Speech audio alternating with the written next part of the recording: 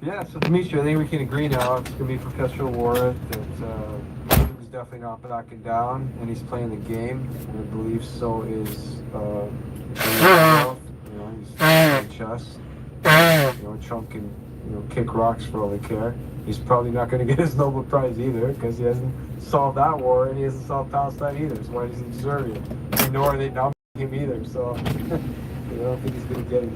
I can't take Trump seriously anymore. And even when, for example, Fuentes even mentions in his recent book, like, what is with Trump and like talking about heaven and the afterlife, right? In the last few weeks, he's been mentioning wanting to do something good before he passed, right? He's like, I just want to bring peace. I'm sorry, but you're openly greenlighting the genocide of Palestinians. So you can actually maybe earn heaven if you stop that and rectify happening in the Holy Land right now. But he's not doing that. Obviously, he's speaking about other or bigger issues than the genocide of Palestinians, which is like a trade war with China or tariffs on India. And it's like, guy's completely delusional. So on one hand, if we have to zoom out and we look at Trump's the way he behaves, and he's no different from Biden, probably worse than Obama, actually.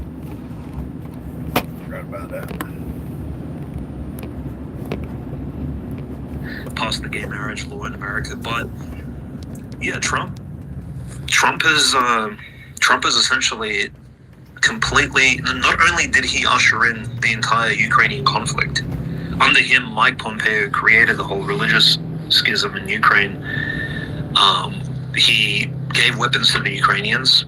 He buffered the Poroshenko regime, which essentially transitioned into the Zelensky regime early on. The COVID vaccines, lest we forget about all of that nonsense. And now he's, of course, having dinner, like just tonight, I think it was, with Mark Zuckerberg and Bill Gates himself. I mean, for me, it's like he needs to move heaven and earth to become, so to speak, like a good leader that I could even trust or like look at somewhat positively, because he, especially with what's happening in the Middle East, like you could read about 20th century American presidents who used to like put their foot down and tell Israel to slow down. Like that has happened before on several occasions, like in like small circumstances. Trump is just the most Zionist president we've ever seen, ever, period. It's horrible. It's absolutely horrible, and it's really shameful, I think, because all the and I'd like to look, because I can tell that truth respects you greatly.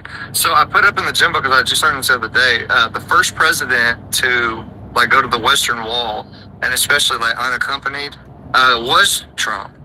And there's a significant, he's the first ever to do that. And I wanted to know you guys, like y'all's thoughts on that. Like, did that kind of signal something of what he was going to do? Because this was in his first presidency, if I'm not mistaken. Dude, I always knew he was a Zionist. He's playing everybody, man.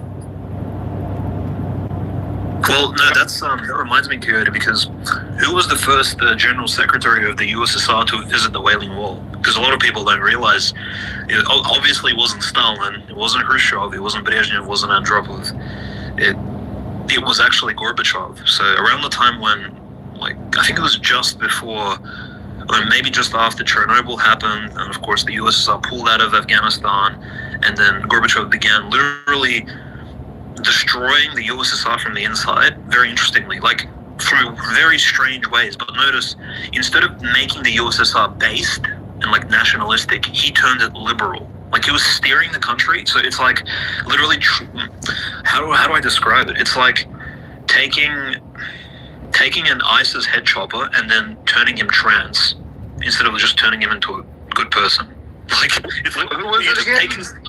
Well, like if you would take like a HTS, like if you would take Al Jilani, right, the HTS Al Qaeda head chopper president of Syria, and you convinced them that it was time to transition into a woman and become a hyper liberal, and he would take that. That's what the USSR did. Instead of, it went from one extreme all the way to the other and skipped the patriotic, nationalistic, anything that had to do with the previous 1,000 plus year old Russian history, completely bypassed all of that and just began copying America and invited people like, who was it, Truth, David Sachs and all these other characters on the Yeltsin. Yeah, the Harvard essentially, yes. It was David Sachs. Yep. And then Gorbachev went to Israel, put on a kippah, and kissed the wall.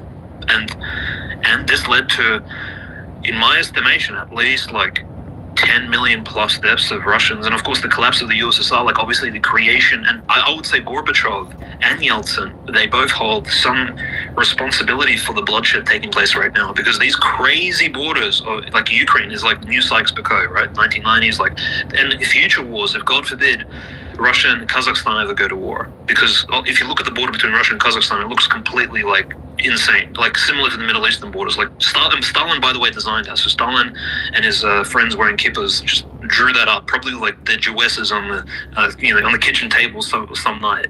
Like the Kazakhstan border is absolutely wild. It's like the underbelly. It's like the underbelly of Russia, but it's completely open. The border's huge, like tens of thousands, like thousands of kilometers. Biggest border.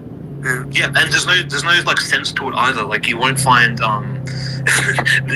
like historical precedent for it, or it's not based on like where different tribes live. It's just like Stalin and his Jewish boys wanted to draw it, so they did. It's like, Yeah, I actually was just literally like this morning. I submitted a research assignment on Kazakhstan. It's so funny that you're bringing it up, but basically, like, you're absolutely right. Stalin was just like, okay, let me just Sykes-Picot this up, and that's why you have like half of Uzbekistan in Kyrgyzstan and the other half of Kazakhstan in the other Central Asian country. So it's a mess up, and even Azerbaijan, if I'm not mistaken, was also created by Stalin.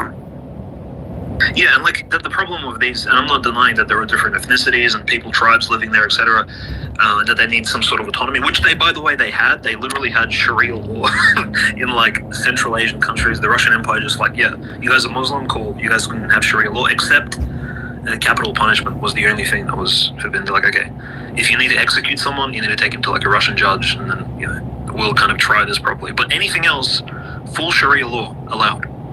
So that's how kind of libertarian the Russian Empire was before the Bolsheviks took over. But the point, and sorry, slavery was banned as well. But that's neither here nor there. The thing is, though, what Gorbachev did, it was essentially like he activated the bombs and the mines that were set up by Lenin, by Sverdlov, Stalin, Trotsky, all those decades ago. And he simply activated them, he set off the bombs, and now they're going off with this crazy war in Ukraine. And a lot of people are saying, well, I would never have imagined Russia and Ukraine going to war. Well, unfortunately, none of this would have been possible if not for what happened in the... I mean, this shows you how far complacency can get you. And yes, Gorbachev, as Coyote said, with Trump touching the wall and think, Hashem will bless me and things will go well, and then the genocide of the Palestinians begins like 5 years later. It's like, yeah, this will happen. Like, people they will good things. They kiss the wall, like Gorbachev kissed the wall, and 15 years later, 10 million Eurasians die. It's like, okay, that's just what's going to happen. Like, you go to these Talmudic Jews for blessings, and it's like, this is not... Yeah, maybe it's coincidental, maybe I'm superstitious, but it's... No, man. If you look at their Sir Escobar, he's up in there. I wish he'd come up here and explain this a little bit. But he's saying like it basically this meant to, this put Trump and King Cyrus side by side. Say like in there, he mentions all the other leaders as well, and he says, but this is crazy. So everybody that's went to the Western Wall there has been other presidents, but there weren't presidents at the time. So he's the first one who touched that wall while being president. But Bush, Chad, and like, I don't know, maybe 5 others, they have gone there, but not while being president. Like Obama also. How did they do after their presidency? Like, that's what I'm saying. Like, did all of them have like a kind of a turnaround in the country that wasn't so positive, or? I mean, they are all sold out to the Jews. Like, that's they just go because they're sold. But yeah, he's the first one while being president. Going up. Certainly weren't doing any favors for the economy. National debt kept going up, and they were supporting more wars. So, yeah, getting blessed by the wall means blessing Jewish banks, because they get to make more money, because they'll issue more loans, and they get to make more arms and make money off weapon sales as well, create more conflict zones, and then create more opportunities for human trafficking and money laundering. So, and the cycle just continues. So, yeah. So with Russia, I don't know exactly I'm glad we're having this conversation, and I followed you to be real honest with you. Like you got some knowledge, but the thing is, it's like Russia doesn't. I wouldn't think that they take as much, or not at all, the lobby money that we get. So they've kind of kept Israel out. But I did notice in Syria, Russia kind of backed out because they had, whenever that bullshit, they took Assad out or whatever, which is smart at the same time, but they just weren't getting in the middle of it. But would you say that probably Israel, like Russia, frustrates Israel as China because they won't like allow them to get involved politically with lobbies and stuff too much, especially China. Damn, they might be anti-Semites, man, in fucking North Korea. But like, do you think that bothers them very much? Because we all know that the white, far right, like male, female, whatever, that is the number one like threat, that they see, for them. Yeah, Coyote. I think many different civilizations, religions, and countries, they see Israel negatively from different perspectives. Like Shia Muslims, for example, like in Iran or Lebanon, Hezbollah. Like you'll notice they see Israel from the perspective of the oppressors of the Palestinians and these basically aggressive, almost Western. I don't want to say they call them whitey, but these Western colonial. It's a Western colonial regime, like an apartheid regime, but they don't point out the Talmudic Jewish aspect of it. Like they didn't mention the wall. That's kind of irrelevant. They just see it as this foreign colony that needs to be destroyed, right? Then of course Christians view this from a completely different angle, where we see this as essentially like the future throne of the Antichrist. These people want to destroy the Al-Aqsa Mosque and rebuild the Third Temple and kill the heifers, the little red cows, and turn them into ash and then sprinkle that all over the Temple Mount, etc. All this crazy stuff, and of course genocide the native population as well, clean them out, destroy the churches, mosques, etc. in preparation for the Moshiach. So we see our sort of anti-Semitism and anti-Zionism comes from like a different angle.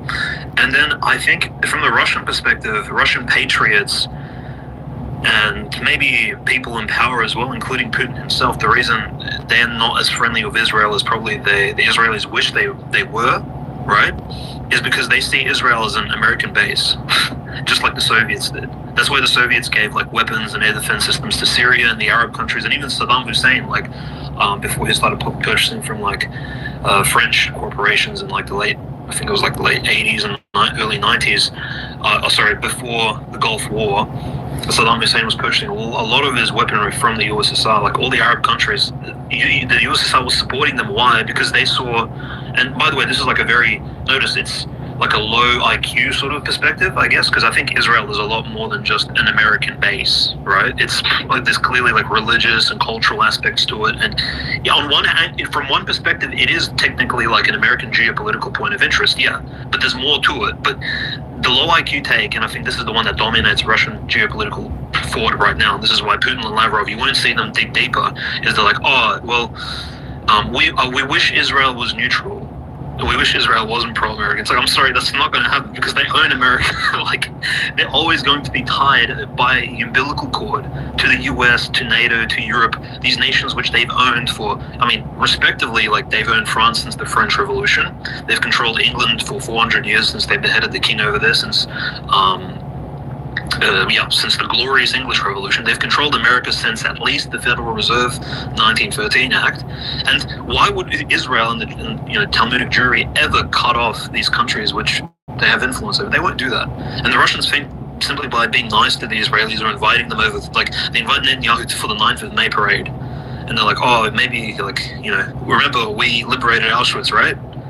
You want to be friends? And the Israelis are like, no, whatever. Like they don't care because it's like they have bigger fish to fry. So this Russian naivete, dude, the Russian naivete has already done them horribly. Like they lost Dr. Assad, his country. Syria most likely will never be a proper sovereign state ever again. Like this united Syria, will probably be gone. That's messed up, yeah. Yeah, and they want to preserve their heritage, Russia. And that's what I've seen or whatever. And as we know, like the white race is, it's diminishing, man. It's like, 7-8% and it's just it's crazy. I have a different I got a little different. I guess you say, yeah, it's a theory at this point, but I think that we own. You know what I'm saying? Like America owns Israel, or vice versa, whatever you want to say it. That's where we do all our laundering, like fucking obvious laundering with APAC and the military-industrial complex hustle they got.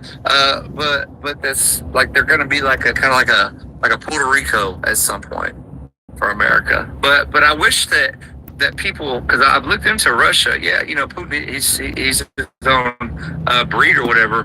But I'll never forget when they said that we could come over during the Biden, you know, that we could come over to Russia, and if we didn't want to get into this trans little leftist weird shit that we went through. And I studied into it, and it's like I don't see. I mean, yeah, some shit happens, but shit happens here, and it's in a different way. But I don't see him as like this terrible boogeyman, you know, bad guy that I grew up with. Because I grew up, it's like China bad, Russia bad, and then you know, September 11th, Muslim bad. They're terrorists everywhere. So you know, I don't see Russia as that. I see Ukraine more as like the gangsters than that. But they're kind of in on it too with that whole Israel thing. I got the Bolsheviks is not dead. No, not.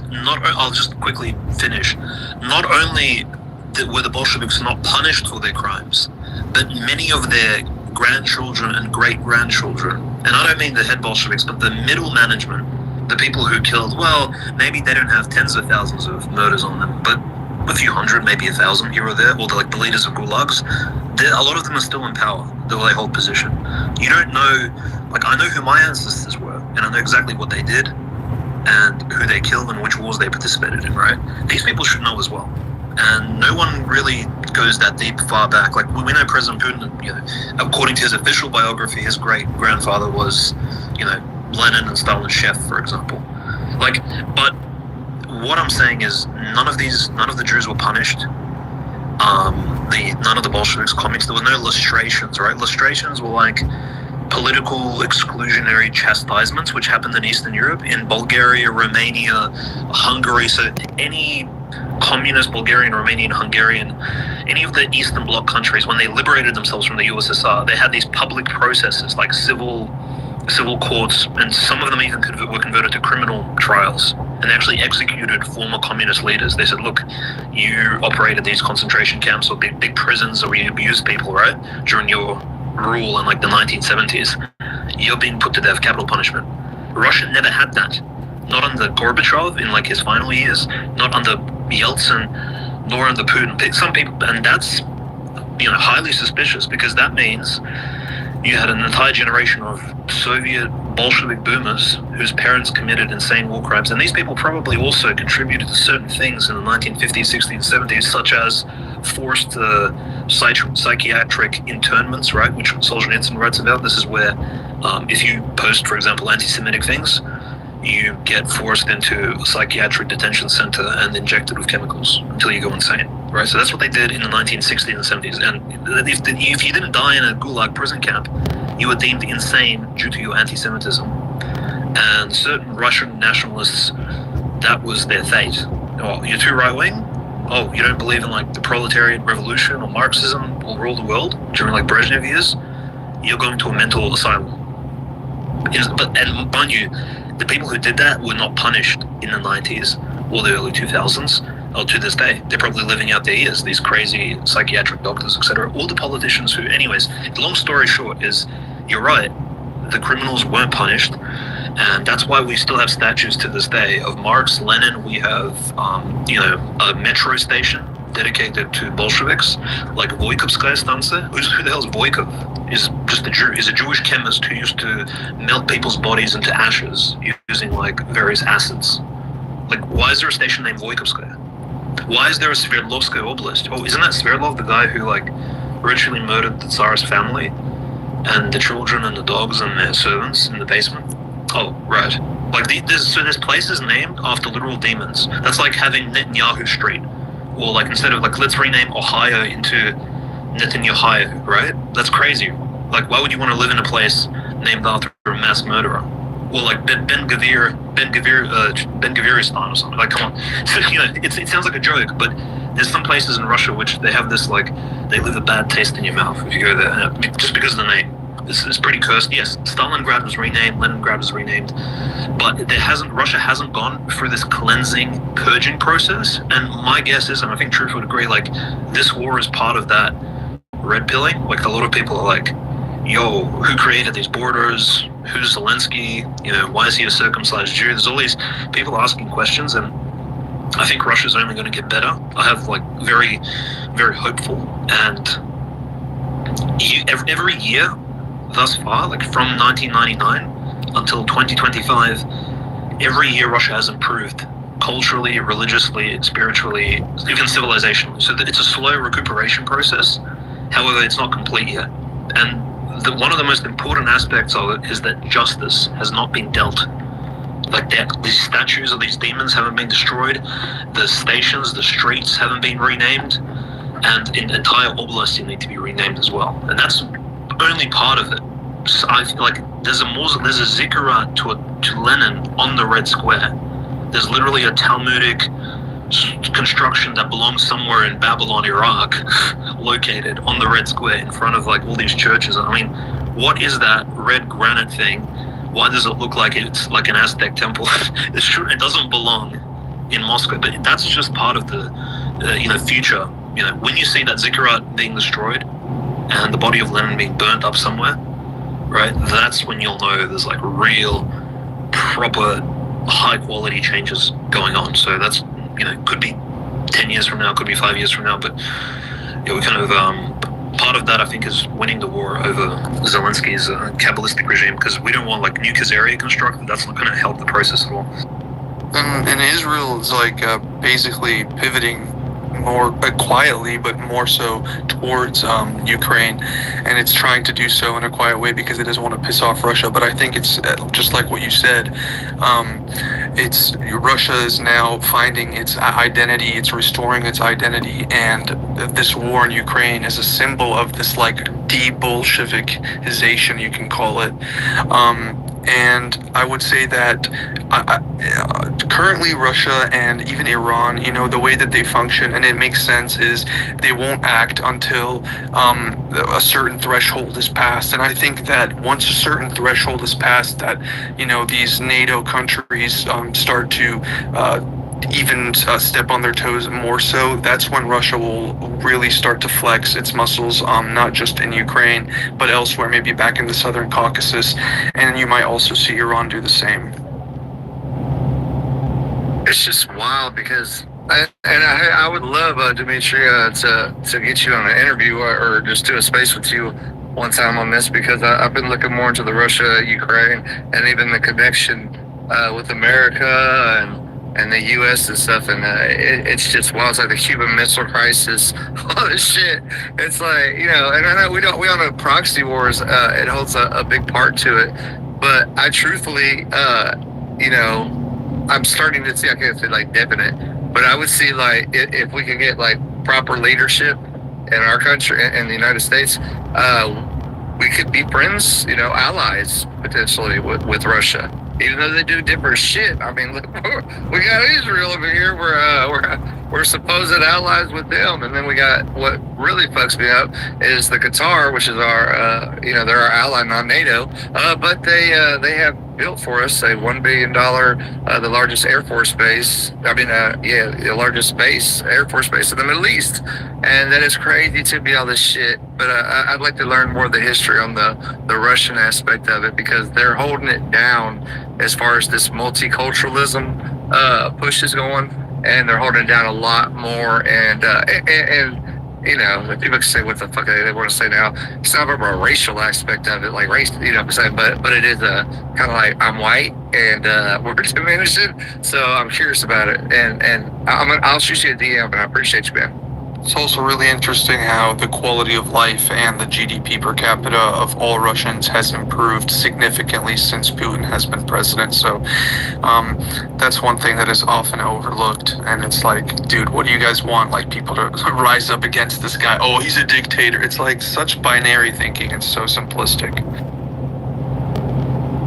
Yeah, well, as Dmitry put it, it takes time to recover from the past. And there was 74 years of communism, 17 and 91, and then you had the Harvard boys come in with Sachs and also Larry Summers and Schlafer as well, and they destroyed the economy. Soros as well, by the way. All the globalists came in, and Rothschild, and they pieced out the assets for like, what, 10, 12 billion dollars, which was peanuts.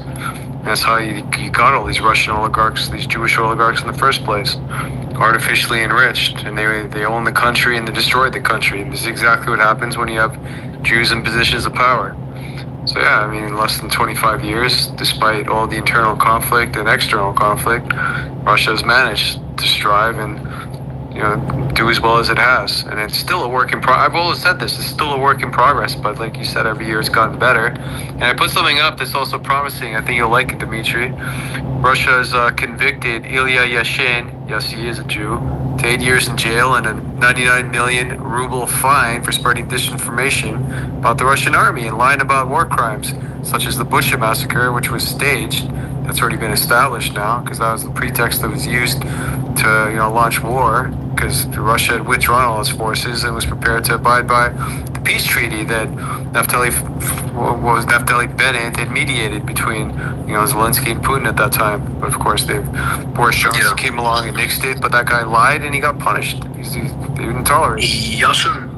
Yashin has been like, he's probably like a mini Navalny back in the day. He's super liberal, right? So he wants Russia to become even more liberal. He's not a Russian nationalist or a patriot. He's like, oh no, Russia needs to become more left-wing. So this guy's crazy. He's a Democrat, basically equivalent, like an AOC. Yeah, exactly. But yeah, he was recently actually traded. I think it was last year he was traded for Russian troops as part of like a big exchange. So he was released from prison. He's actually back on YouTube. I think he has 300 or 400,000 subscribers. So quite a big channel. But yeah, he kind of, there was like a debrief interview. He described what his experience was living in a Russian Russian prison for 1.5 years. He was like complaining and kvetching. But you're completely right. The guy's Jewish for sure. Interesting, his dad's physiognomy is like the weirdest thing. It's like, I can't even describe it. I posted about it back in the day. I think my post is deleted now, but yeah, he's 100% very suspicious character, and obviously because he's Navalny related, Navalny, you know, himself, strange, mysterious parents. He has his entire FBK, the sort of anti-corruption bureau that Navalny created, is more than half of the top positions are run by like Jews. Some of them even dual Israeli citizens, like was it Sobel, one of the ladies that ran? Anyways, crazy. But Yashin works with these people. He's a libtard, and so in some ways, I'm against like political prisoners, and you know, I don't really like that, because I think there are right wingers sitting in Russian prisons as well. But it's time of war right now, so it's special circumstance. Yeah, but this guy in particular, you know what he called for? He openly called for. He's like, okay, once Russia loses to Ukraine in the war, all of the entire Russian country needs to pay percentages, like Germany pays reparations to Israel to this day. Russia needs to pay reparations to Ukraine. Like, he said this, it was one of the craziest takes. I'm like, so he's like an FBA, like foundational Black American. Like, he's like, okay, so Russia forever for like 100 years. Where do you think the FBA's learned it from? That's crazy. Who do you think? Where do you think Tariq Nasheed gets all his inspiration from? He's married to a Jew. He gets all of his talking points from Jews. So yeah, he's demanding reparations just like the Jews do, from Christians, from Germans in this case. And they, of course, they want all Germans to pay, right? They collectivize when it comes to demanding reparations, but they don't like it when all Jews get called out for their crimes, even though not even 5% of Jews are, well, support Zionism at the very least. And the rest are Messianic Jews that still want destruction, but they pray for it 3 times a day, so that makes it okay, because they're Messianic, therefore they want it through divine intervention, so that makes it okay. But they still want the good versus evil war. He pushes that shit and just to divide or whatever. That's how I can tell. Like, he always tries to get that white on black fight going, and he always does that. It drives me crazy. Just like the Girl Scout. But he doesn't call out Jews for anything, and he doesn't think Jews are responsible for slavery, so he just lies. Oh, I went up there up top and like, hey man, man, I love your stuff, and you know, stuff like that. So what do you think about the Israel-Palestine conflict? Boom, I dropped down. Hey, I do want to say though, like Hungary, Poland. Those are two. Do they kind of hold the same standards? Because I've seen some stuff on, the boys in Poland, like they're not down with the multiculturalism either, and so in Hungary as well. But I didn't know your stance on it or y'all's stance. I think like Viktor Orban, right? So Poland never had a big Muslim population to begin with, right? So we don't really have to mention their Islamophobia. Like, they openly fought against the Ottomans at some point. Siege of Vienna, all of that. We can go back in history. So Poland clearly is not welcome to any migrants, legal or illegal, period. Poland has other identity issues, one of which I know Truth Teller knows for sure. Poland has one big problem historically. Otherwise, it would be almost the perfect European country. And it's quite a big problem. And that is, do you recall when the 109 countries, when the tally was adding up, when it was like, we went from 1 to 80 real quick, historically, around the time of the Crusades. Poland opened up its borders for literally all the exiled Jews, and it said, look, this is a safe space. It literally became the most Shabbos-goy Catholic majority country on the entire European continent. In fact, in the entire world. And that's why there are even Ashkenazi Jews. Ashkenaz means German Jew, right? So, because, anyways, the point is, a lot of Ashkenazi Jews moved out of Protestant Catholic Germany and France. They moved to Poland. That's why when Poland was later partitioned, a huge population of the Jews, roughly 6 to 7 million, here comes that number again, they were allocated to the Russian Empire in the Pale of Settlement. And that's why you hear a lot of ritual murders taking place in Bialystok and Kiev and all these other areas, which is kind of where Zelensky's from and all these other people. But Poland, for 600 years of its independent, sort of based white Christian existence, was home to something like 5% of its population plus was Jewish, and they had complete freedom. They owned land, they had basically serfs, they could control huge latifundia type farmlands, and of course a lot of these farms were run by Russian, Slavic serfs as well. That's why the Russians revolted a lot against the Polish, because they were literally being whipped into work by Jewish slave masters. It's Poland, so the Poland setting aside, Poland has a huge Philo-Semitic influence, which is one of the reasons why, notice they're the country that put together a huge army, up to 3 million soldiers, and then provoked by France and England, tried to start a war with the Third Reich. That's why Hitler, chimped out on Poland, is because Poland was essentially run by the Jews after the Russian Revolution. Between the Russian Revolution and the German attack on Poland, Poland was run by the Jews. Even Marshal Pilsudski, that first big Polish leader in the 1920s, he's like a Polish icon, right? They're like, oh, he's the Polish Hitler. I'm like, if you Google Pilsudski and the Jews, you'll find the Jews pray about him to this day. They're like, oh, he was a little mini messiah, like a Donald Trump type figure. He loved us. He gave us freedom. And it's like, well, this is 1920. So Poland has a big, not a Muslim problem, it has a Jewish problem, which just still hasn't resolved. I spoke to a lot of Polish people, and they were always like, yeah, our history is kind of cooked. There's a lot of introspection that needs to be done. Yeah. No, go ahead. I was going to say, I know somebody who's from Hungary, and he says the Polish would lean more towards the pro-Israel. Pro-Ukraine, but the Hungary would kind of go more towards Russia. Well, here's the thing with Hungary, though. It's the same issue the Balkan countries have. The ones that are, not Bosnia, right? Bosnia-Herzegovina and Albania, right? Those two Muslim countries aside. But it's the same issue Montenegro, Croatia, Serbia, Greece. Notice how they're all pro-Israel, right? They all and Hungary as well. It's because they have a long-standing history of essentially being on that clashing point between the Caliphate and Christian Europe, either Orthodox or Catholic. But they don't understand that this battle of religions, it ended a little while ago. We're in a new sort of post-Cold War phase now, and Israel, and so they side with Israel because Israel is, essentially they see Israel as an anti-Islamic ally. But I think that's a really primitive perspective. That's why there are Israeli bases in Greek Cyprus. It's not because, the Greeks love the Jews. I mean, I think they're being conditioned to love the Jews over the last few decades.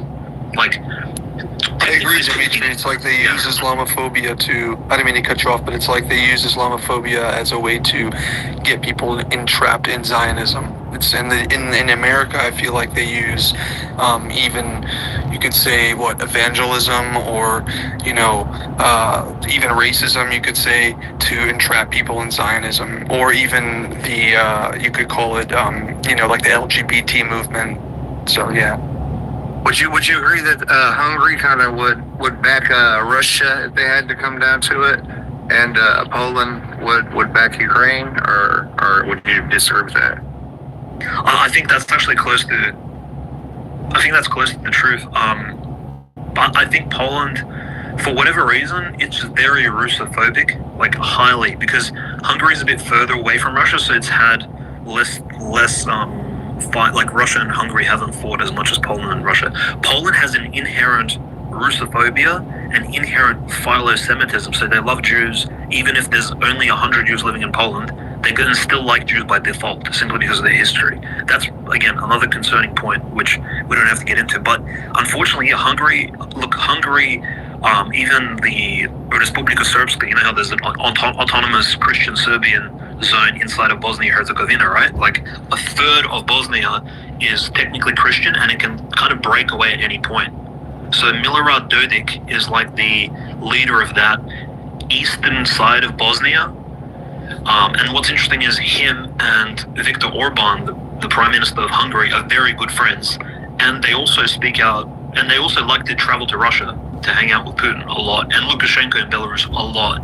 But the thing that two leaders have in common is they also like going to the wall. So Viktor Orban, you'll find photos of him with a kippah on or a top hat, and he's touching the wall, he's meditating, he's kissing it. It's like, why is a Hungarian, should be careful, why is he kissing and touching the wall? It's because I think they're doing it because they see Israel as an important ally in the fight against some sort of Islamic threat. The thing is, there is no Islamic threat. There is no caliphate. There are 2 or 3 terrorist organizations, but they're kind of transnational. They don't have a base anywhere, and they're very far from Hungary. The Islamic threat is just a general. It's basically very amorphous and ambiguous, and unfortunately, because of, as Just a Danny K correctly said, it's a boogeyman, which the Jews use to try and to get these smaller European countries into the the philo-Semitic Zionist camp. It's just very sad because it's primitive thinking. It's like being a Russian today and hating Germany for the multiple wars we've had, and it's true. It's so many lives. It's imagine if 5 Palestinians died over and over and over and over again. Imagine you killed all Palestinians 5 times in a row. That's how many Russians died. Maybe more than that, actually. 20 Palestinians would disappear over the next hour. That's how many Russians died in the wars against Germany, right? Over the last century. And we still forgave each other, and we're moving on. That's wild, man. That's wild. But those numbers are so insane. 100 Gazas died today, and that's how many Russians have died in wars against Germany, World War I and II combined. So Dimitri, it's fine. Hey guys, thanks for the mic. Dimitri, oh my gosh. So I was going to ask a different question, but so wait a minute.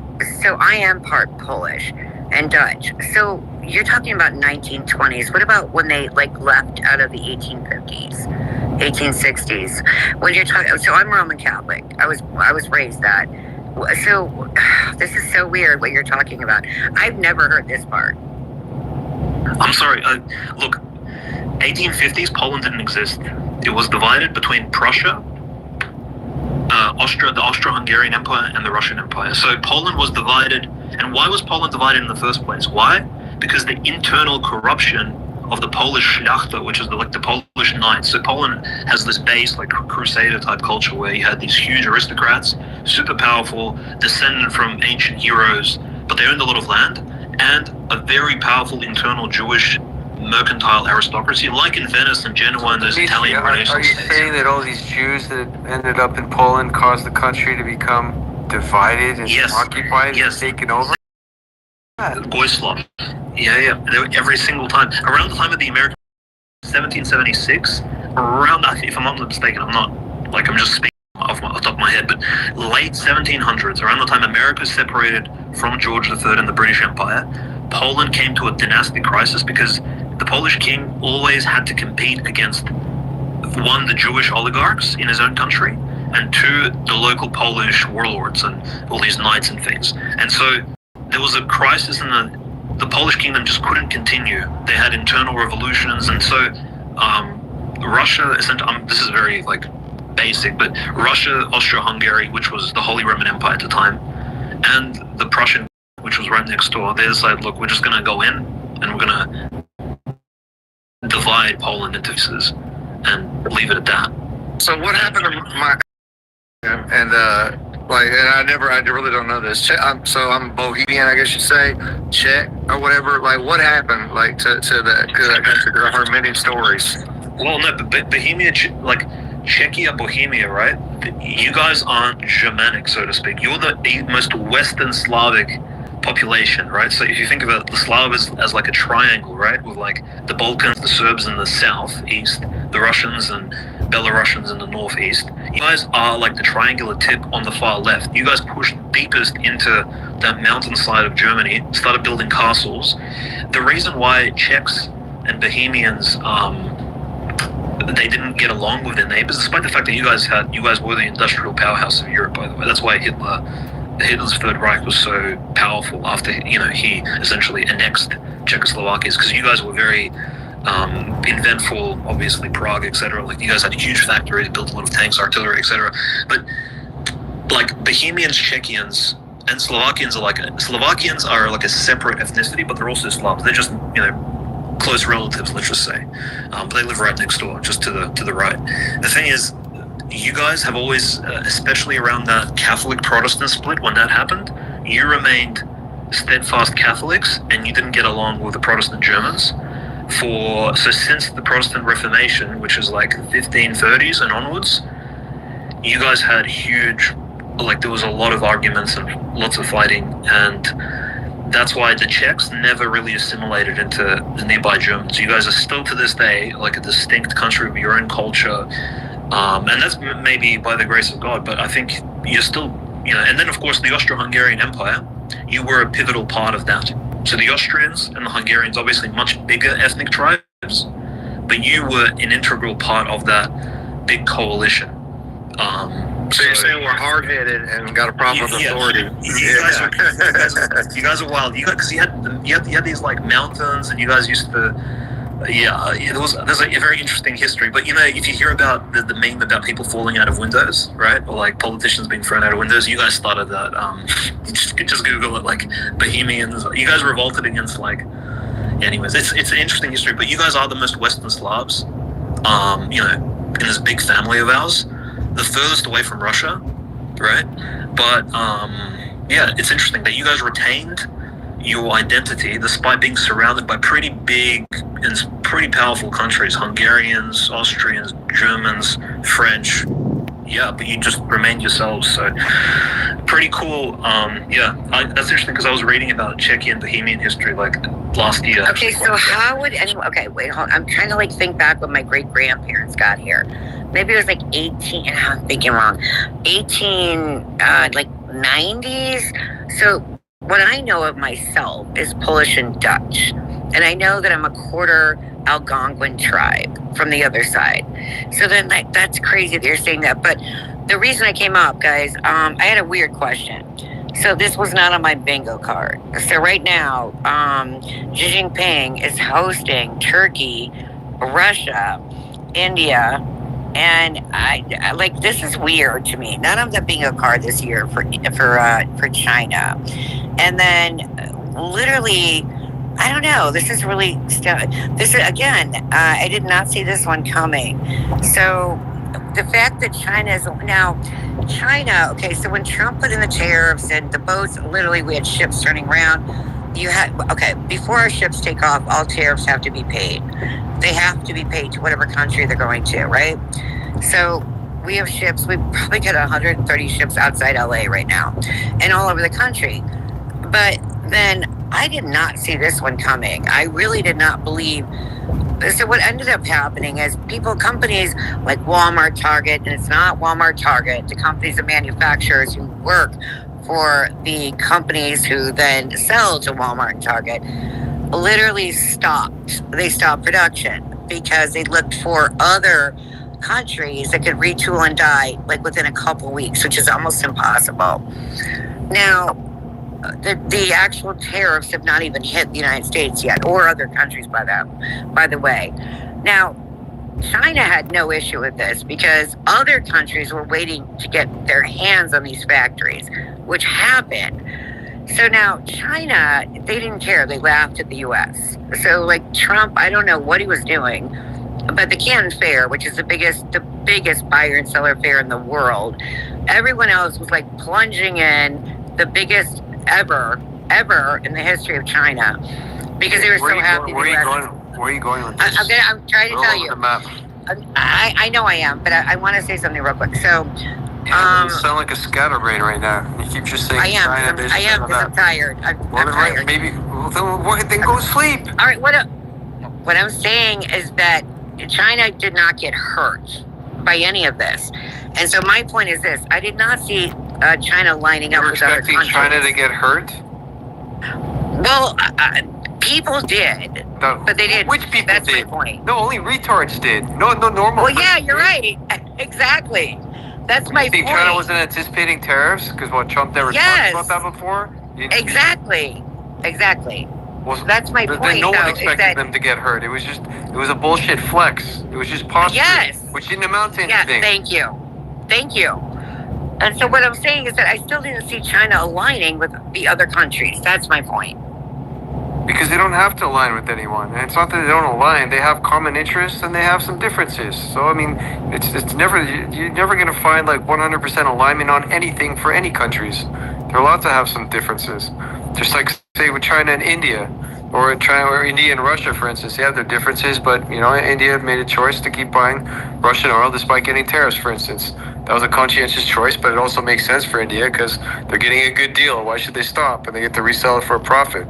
So they can tolerate these bullshit sanctions because they're a fairly big economy. And it's the same with, say, China, India, because, now India is actually looking at China for some arms instead of the U.S. because they saw how they performed against Pakistan.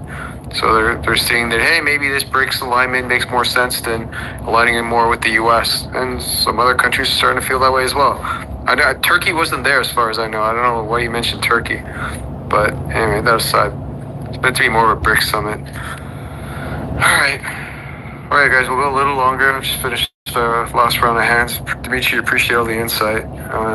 I can't see any hands. No one else wants to go. It's Harrison, and then let me be frank. Okay, Harrison. Go ahead, Harrison. Thank you. I definitely learned a lot today, and we covered a lot of European history, and I was very glad to hear that. And I studied a little bit of that also, but not the specific things we covered, and not in that much depth. So I'm glad that we covered them. And I followed everyone here, so that I'll definitely keep posted. And I'm also going to watch Europa: The Last Battle. I definitely look forward to seeing that, and I'm also going to go ahead and recommend it to everyone in here because I'm sure it's going to be good. And I won't waste anyone's time because not only because I'm running out of things to say, but I'm sure I'll be back in the next one. So I'll see you all soon. Check your DM. Thank you so much for coming up.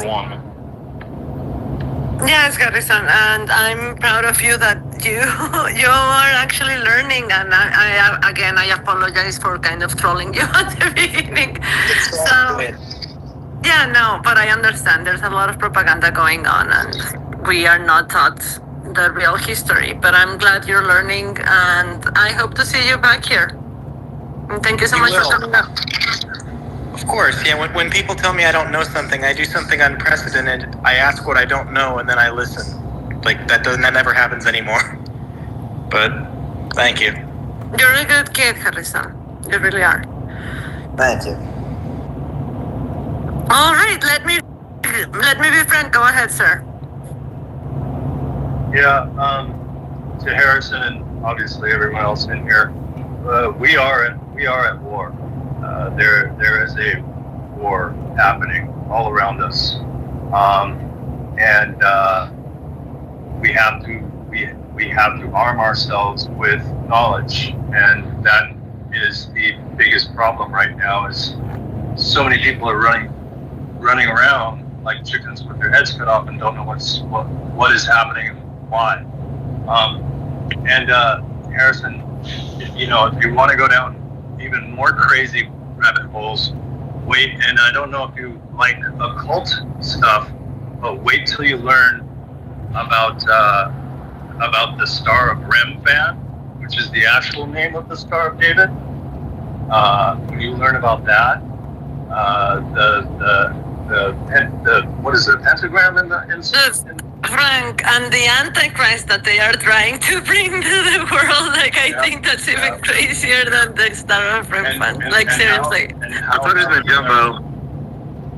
How about the pentagram in the middle, star, the penta, what is it, pentagon, and then the one that's on the north side of Saturn, the north pole of Saturn.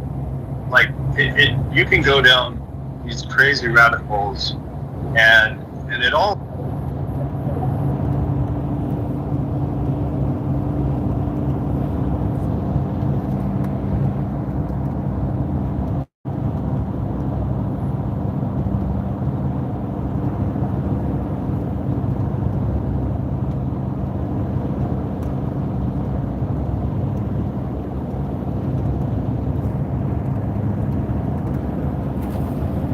Switching over to the Ethnic American broadcast, the morning show with Russian General. Good morning, Mark, New Hampshire. John, Scotia. Good morning. 36 grit, sloped. Good morning, everybody. Just give me a second to share out the link. This is my my favorite X space, and it's basically a news broadcast, and the Ethnic American Project is about what is an American and taking back our identity as ethnic Americans. So that's what this space is about, and we'll be on that for quite a while.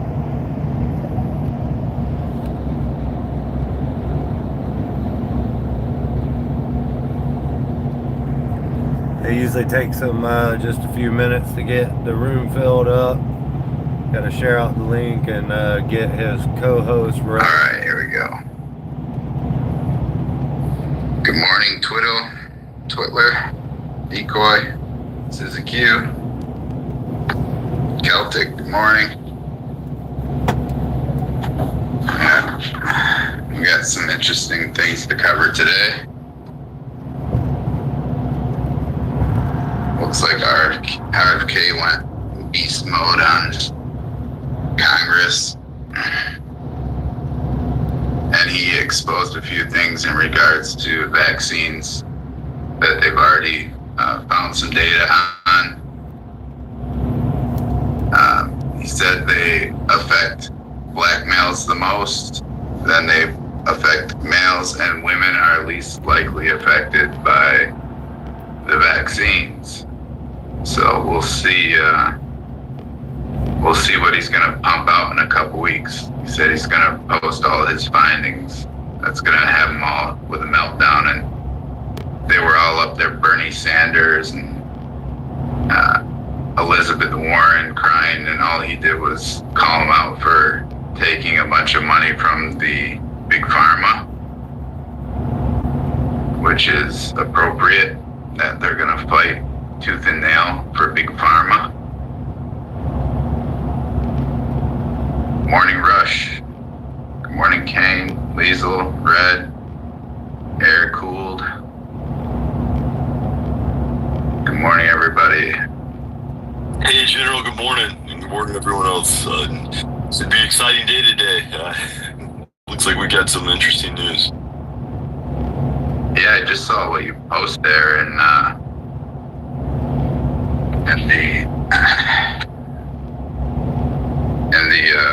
group chat. Let me make a post on that. Pump that out there. Yeah, that's perfect, because I don't really like that source. I had a family member send it to me from a source, but it does look legitimate, and that is a travesty to Michigan. So can't wait to see your post on that. Well, this is the second issue. So last week they had from Western Michigan University, they had one of their players wearing their nameplate on the back of their jersey in Arabic or some other language, and that's unacceptable. This is America. English is our official language, and that's why they're pushing this stuff now. We saw Rashida Tlaib from Dearborn saying that they need to rise up and take over, which is conquer. And now they're changing their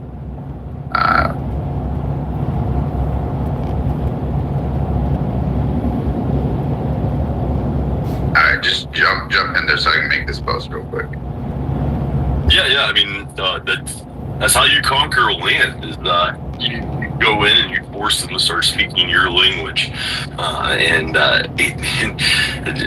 the day I die, Arabic will not be spoken in this country in any widespread land. I mean, nor Hindu, nor Spanish. At the very minimum, Spanish. I mean, we are an English-speaking country. We are, it is part of American heritage, and by us allowing other groups to come into this country at such a higher rate where they don't even have to learn the native language, they can just stay in their own little assimilated towns. I mean, they're not unassimilated towns away from society. It just shows that it's what they're here to do. They're not here to come and be Americans and be a part of our society and live with American ideals. They're here to conquer us and take our lands. And you see it in cities like Miami, where they've been completely taken over by the Cubans and Venezuelans. They don't even speak English in that city. And now we're seeing it in Somalia, where the guy that was running for mayor was giving all the speeches, half in English and the other half in Somalian, and he still lost to the actual Somalian. And then I guess Michigan has the influx of Muslim refugees, and now they're trying to change the police officers and put Arabic on the police badge for the city of Detroit, I believe it was. Never mind, it wasn't Detroit. General just got up there, Dearborn Heights. Yep. Thanks. Which is Detroit. It's still Wayne County. It's part of Detroit. It's a section of Detroit.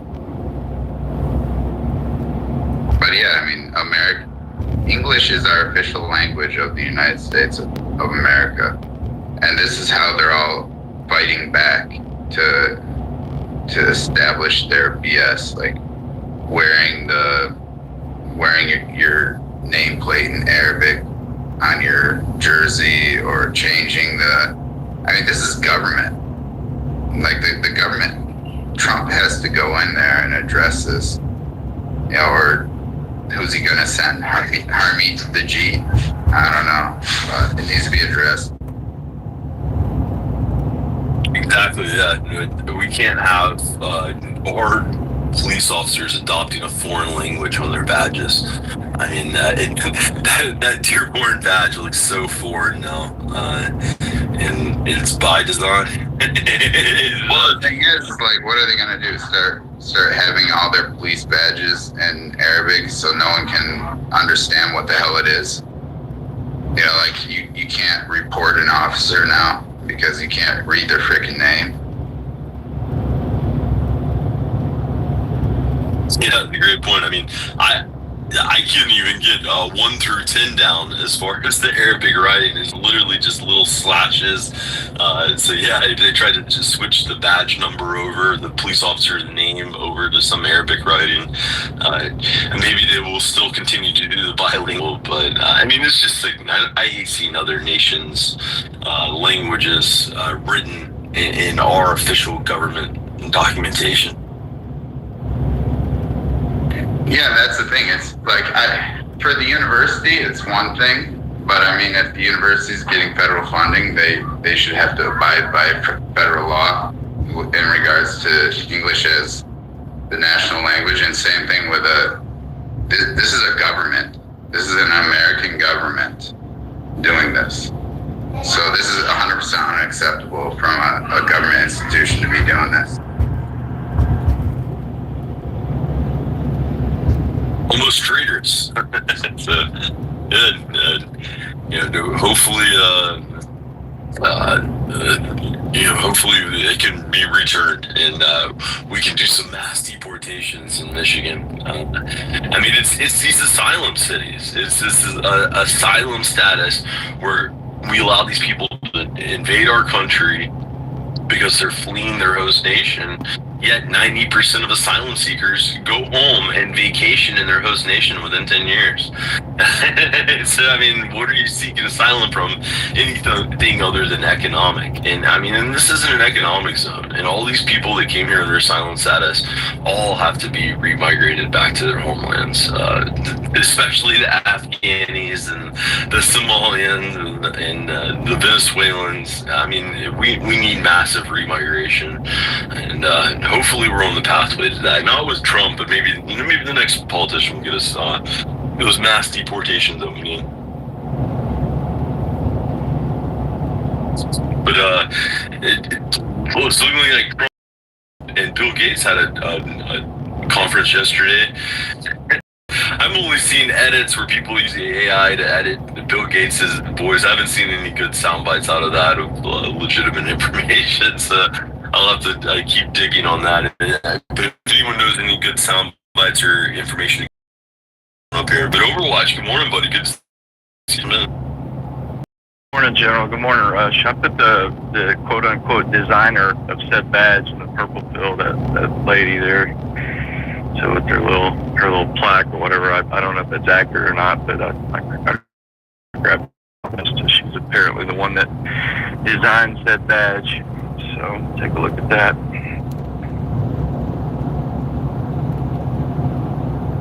I've always been against repeal of the 19th, but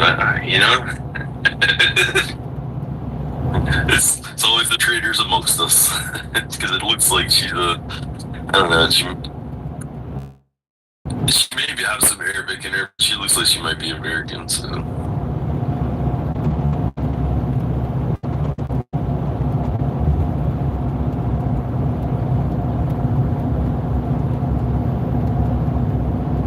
It's sad though that our nation, we're seeing multiple places in our nation that are being conquered, from New Jersey, Edmonton, New Jersey, where the Indians took over, to that other town in New Jersey that declared themselves the first Islamic city in the country, to Minneapolis, Minnesota, where they changed the state flag to look exactly like the Somalian flag, and people have to speak Arabic in order to, or Somalian, in order to campaign in that city, and now this Dearborn, Michigan, they're changing the city police badges. It's just one thing after another. The first Arab majority city in America is Hamtramck, which is right next door to Dearborn. So they've been doing this since 1965. As soon as they opened up the borders and to the whole world, the Jews, by the way, the Jews are the ones responsible for this shit. They flooded Dearborn with it immediately because the Jews hate Henry Ford. They went back and forth, and Henry Ford embarrassed them and exposed them in his day. So the very first thing they did was flood his city to destroy it, and now we got this shit. So yeah, it's a Jew. So yesterday in the morning, if you guys remember the post I made, and I said bookmark it and watch what happens. You can see in the comment section, there's all these people sitting there saying you're not American either. The only Americans are the Redskins, and over, like, you didn't have Indians like these Pajeets that just got here in the 90s start running their mouth saying, well, if you invaded, then anyone can invade. Like, this is their logic. Like, and this all comes from the Jews, by the way. This logic, all this bullshit of you're the invader, you're the colonizer, it all comes from Ghislaine Maxwell's father's textbooks, which he was a Mossad agent, and so was she, with Epstein. Ghislaine Maxwell is Epstein's partner in crime, and that's what you get. And you have these people down here Like here, I'll put up a couple of the responses from these people so you guys can see. These are the real Americans. These are the real Americans. Here's one from the Vegeta. Her last name is Bharat Saga. She says, you aren't an American either. They are. So if you can invade, so can others. This is their mentality for invading America, and this comes from the Jews. This comes 1,000% from the Jewish communists and Mossad, the deep state. And that's not a conspiracy, that's a fact. So when you see all these Jews running around saying, what's going on? Why is anti-Semitism going out of control? And then you see Harmeet the Jeet up there crying, oh, there's bigotry against Indians. Well, yeah, the Indians are sitting here in my comment section telling me I'm not an American. Nothing is more insulting than denying somebody's identity. In that comment section, there's tons of people saying, you don't get to decide your ethnicity, you don't get to decide your identity. And it's funny because everyone else in the world gets to decide it, but when it comes to Americans, they don't want to let us even have our identity. They don't even want to let us have our ethnicity because they all want to invade. All using this Jewish bullshit propaganda, most of it pushed by the DOJ, CRS. It's a CRS with the DOJ, and now you got Harmeet Dillon on there. What do you think how do you think that's going to work out?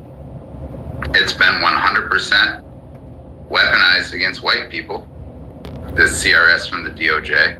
I don't see them doing jack shit about it. I see Trump sitting up there sitting Bill Gates right next to his wife, Melania.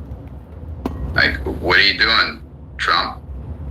Trump has got all these guys from all these companies coming up here who all try to kill Americans in every single way they possibly can, whether it's poisoning us or making us infertile or whatever, putting vaccines on us, making our kids have all types of health issues. And Trump's got him sitting right there next to his wife at the dinner table.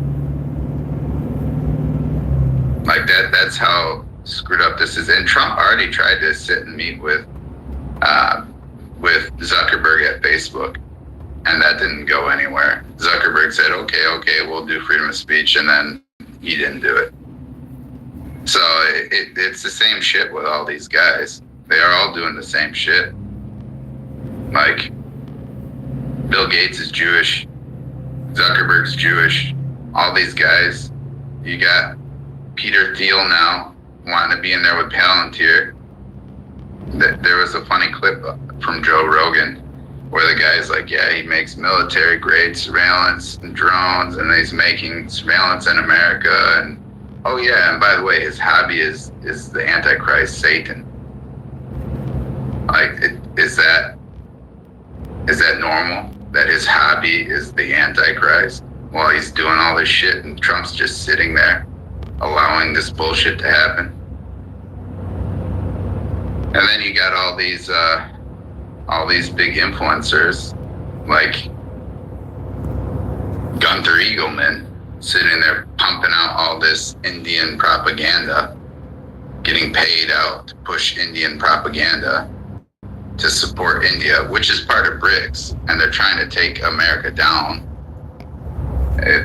First, India said they were going to pull out of BRICS, and then they didn't actually pull out of BRICS, and they stabbed us in the back. And now all these influencers are running this Indian propaganda to, India loves Trump. No, they don't. They fucking hate Trump. They're literally doing like voodoo rituals, burning him. Like, these people hate us. They hate Trump. We know it. We've all interacted with them. I just gave you examples in the Jumbotron right now of Indians saying that they can invade us. You know, this is the kind of shit that we're dealing with. And then you got Gunther Eagleman and all these big influencers pumping out all this. But yeah, go ahead, Overwatch, jump in there. Yeah, I don't see how these people sleep, at night. These influencers are doing that crap and I don't know what they think. I mean, and you got Harmeet Dillon doing photo ops with Carrie Lake and just silly little, crap like that. And, like, what about the job? What do you do? And if she does do anything, it's just these little tidbits of, oh, we're going after this little remote thing over here. I'm really done with her. I hit her up a lot, but call her out. But, yeah, it's just, a lot of people get in these positions and even in corporate as well, they get in, they're in the company, they're not there to do the job. They're not there to kick ass at doing the job. They're there to do all this little other virtue signaling bullshit, and it's the same in politics, Harmeet Dillon's not doing anything to get in there and really go after the job aggressively. It's just all photo ops and narratives and crap like that. I just can't stand people like that. And unfortunately, the administration is still full of them. And I don't know what to think about that dinner thing with Bill Gates and stuff. I saw that. That was about the time I crashed out last time. I just couldn't people anymore. But that's wild. I don't know what he's doing. Some of those people in the room probably directly or indirectly funded trying to end him as well. With their money and stuff. That's just crazy. What do you guys think? What's he doing? I agree. It's crazy, Overwatch. No one is more deep state than Bill Gates. It's completely abhorrent that Trump gave him the time of day, and at the same time, he's putting him on a pedestal and saying nothing negative about anything that Bill Gates has ever done. I thought we were getting rid of the deep state, not putting them on a pedestal. It's kind of frustrating to me also. I threw one more post up there, General. It was underneath your same post. Under my comment, I had an Indian invader make a post, and we were talking about this in the space a few months back about how the Indians were conquered by the Aryans as they went to the west, and they adopted all the symbologies and gods of the pagan religions. And you'll see more Indians with the broken cross symbol, and you'll see white people. And isn't that crazy? She had the Indian broken cross symbol, but then she put this shirt in there that said, "Your cars are made by the Japanese." Well, we invented the motor vehicle, so they just copied us. Germans are white people that make our beer. Electronics, which are the semiconductor industry, was completely created in the Semi Valley in California. It was invented in America, and we spread it to Taiwan. Your fashions are French; those are white people, and your vodka is Russian. Those are also white people. It was hilarious. She was trying to own me, saying that Muslims and Christians are a cult. Funnily enough, she didn't include Jews into the Abrahamic religion cults. She only has an issue with Muslims and Christians, this pagan Hindu. But she owned herself in that little image. It's hilarious. Whoever made that shirt is a complete moron if they don't know that both model are calling us racist and then pointing out that everything's created by white people. It's hilarious.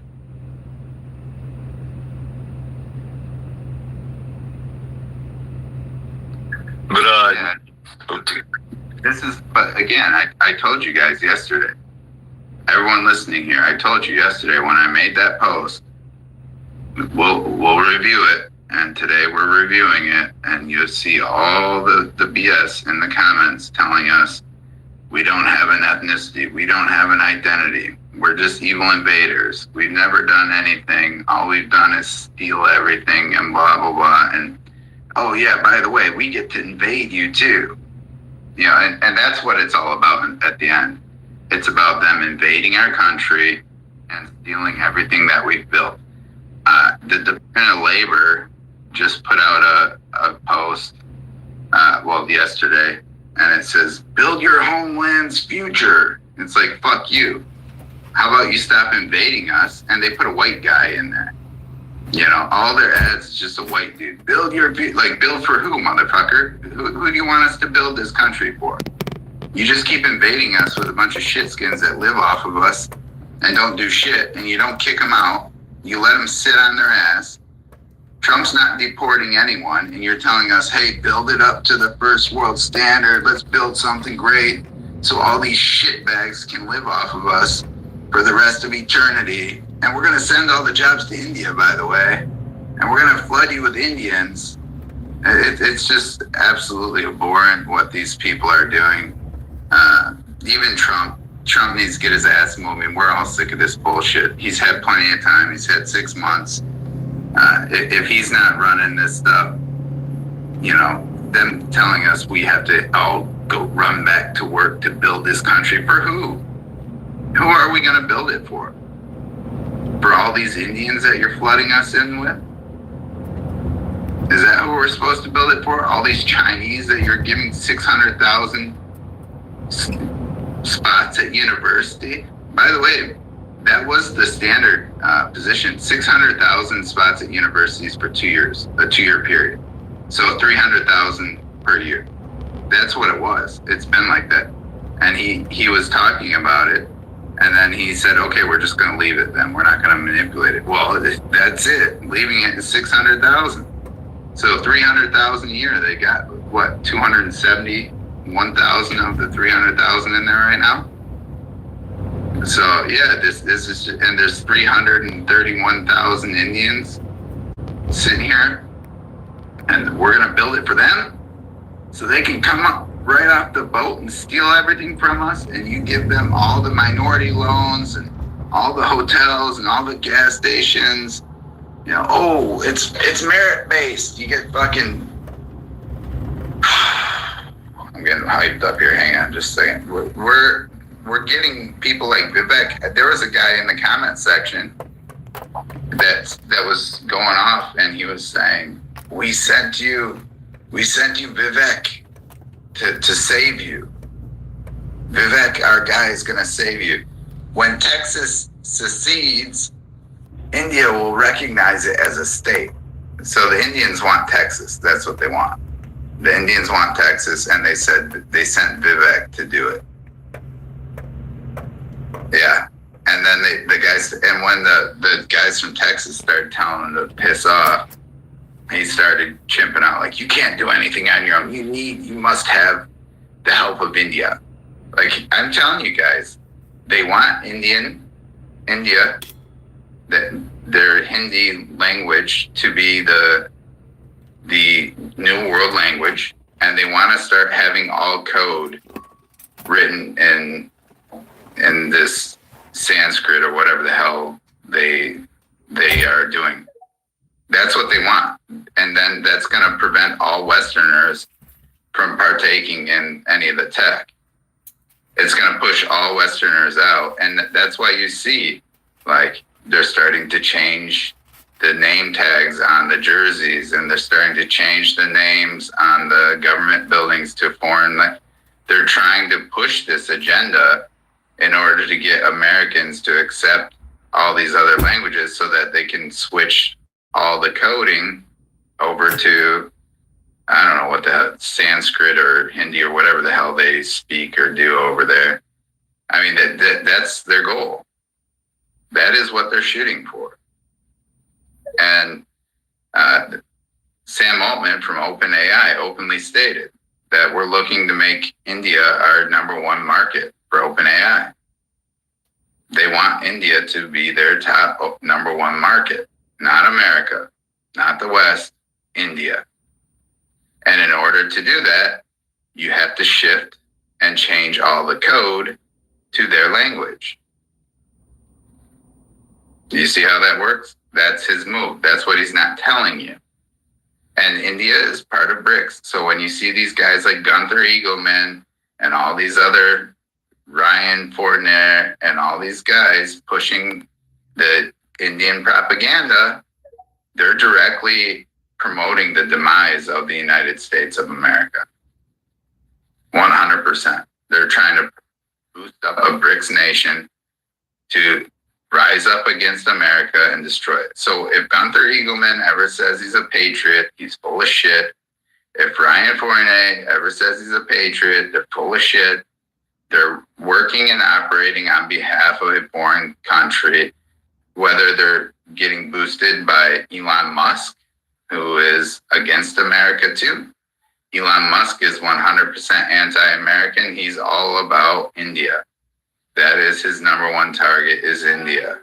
And they bought into this Jewish bullshit of all of Edom must be destroyed before the Antichrist comes back. Why do you think Elon Musk started having kids with Indians? Jeez. Why do you think this Peter Thiel is obsessed with the Antichrist? I know all about the Antichrist. I know all the stories. We've covered all of it. We know what all the prophecies are. And the main prophecy, and by the way, Peter Thiel spent a shitload of time in Israel with the Jews, and they've convinced him that the Antichrist, in order for the Antichrist to come, they have to kill every single white person on the planet first. And that's why all these tech guys who bought into this bullshit of the Antichrist, they all want to move their shit to India. That's it. And that's why Peter Thiel is doing his little rinky-dink bullshit about the Antichrist. He's not going to tell you that. He's not going to tell you that they have to kill all white people in order for the Antichrist to return. He won't tell you that.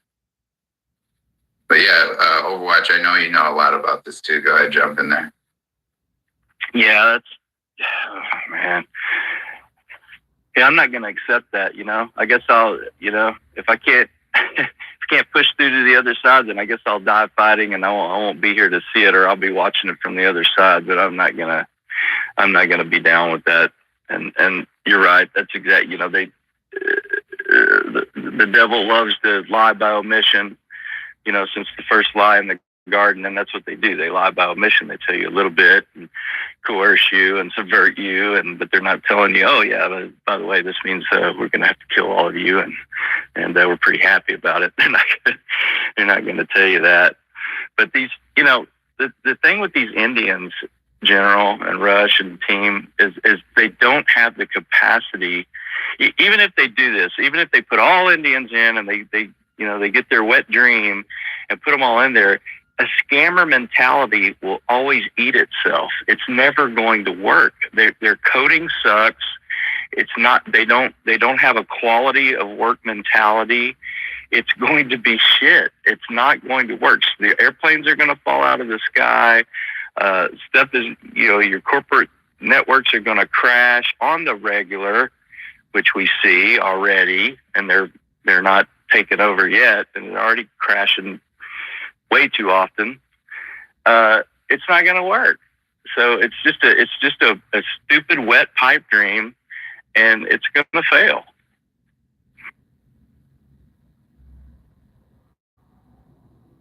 Yeah, it's pretty hilarious. They don't really have a lot of capacity, and you can see it by their country. But I had the same, anecdotal cases myself. Overwatch.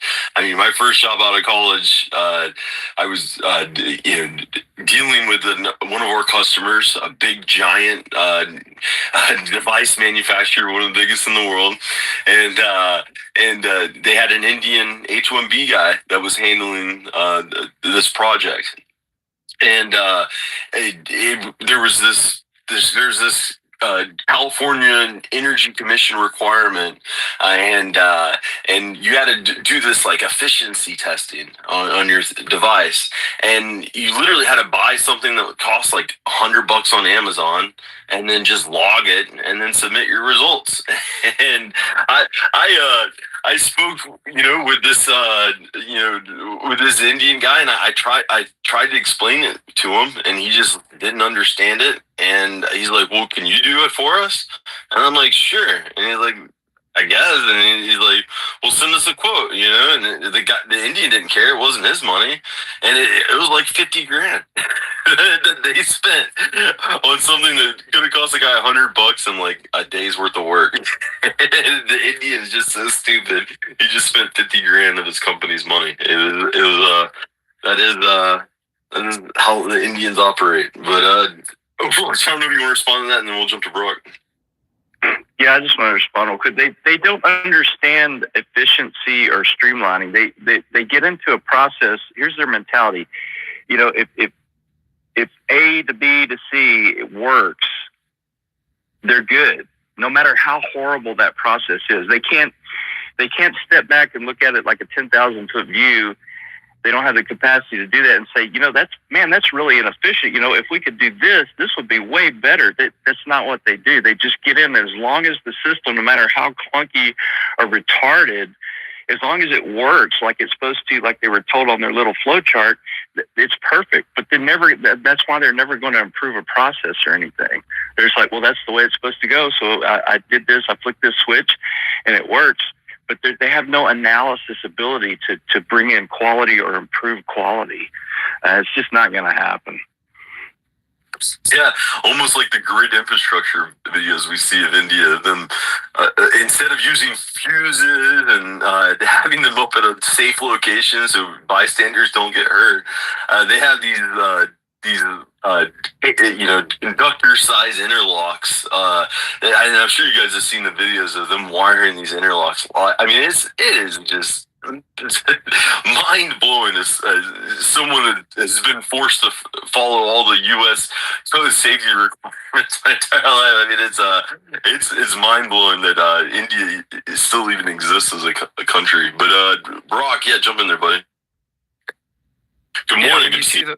Good morning. When you see those videos of India and those power lines all strung in every single direction and these hoods, sort of ghetto hoods in India, it just makes you wonder how they survived all of that time. But I think you're onto something, General, about the Hindi language and moving everything to India, because what I'm hearing now is they're trying to move all semiconductor manufacturing to India. So they're trying to take over everything, and we're seeing that. And we feel like we're kind of the sacrificial lambs of this entire thing. And what you're talking about, Overwatch, related to process improvement, innovation, you know, based on my experience with Indians and my own experience as an American, we're kind of taught to question everything, to analyze literally every step, to test, to make sure things work. And we grow into that over time. We get better at it. The Indians are taught really the exact opposite, which is complete obedience to whatever caste hierarchical system they're a part of. And so I think that's the lack of critical thinking, lack of innovation there. But anyways, good morning, everyone. Hope you have a great weekend, and I'll land right there. Yeah, and it's funny enough, they didn't call, when they called out the cults of the Abrahamic religions, that Indian lady, she didn't call out the Hebrew form of Abrahamic religion, and didn't call that a cult. They are very subservient, and you can see this plan for their overlords, that India is the new plan. So I've never learned so much about India as I have in the past 6 months, and the more and more I learn is the more and more we can't allow ourselves to be invaded by these people, and much less take Texas. I mean, this is insane. But Yaya, good morning. Jump on in there. Good morning. I was going to let Overwatch speak because I know that that that y'all are on that subject, because I didn't want to get off the stuff. I don't want to mess him up. But if Overwatch, I have a white pill, but let Overwatch, because I'm sure he's got something to say about what y'all were talking about. Well, I just wanted to reply to Brock's. I mean, Rush, you've been involved with semiconductor. You guys know I did it for 10 years. It's extremely complicated process. These wafers, these layers on these wafers, there's thousands of man hours in a wafer. and one little screw up can wipe that out. That's why it's so expensive. That's why all the systems are triple redundant. They've got $1 million Triconics PLCs, triple redundant, redundant DI water systems. They never shut down. They only shut down 1 day a year, and they bring in like 80,000 contractors to do everything in a 24-hour period, and then they don't shut down ever, for the rest of the year. But when you have troubleshooting, when something goes wrong in the process, whether it's photolithography or ion implant or whatever part of the process you're in, it's extremely difficult troubleshooting because it's so complex. And if you put this kind of mentality in there, their loss versus yield is going to be insane. It's going to be crazy. That's absolutely the worst of the worst where you could put Jeets in is semiconductor processing. Unbelievable.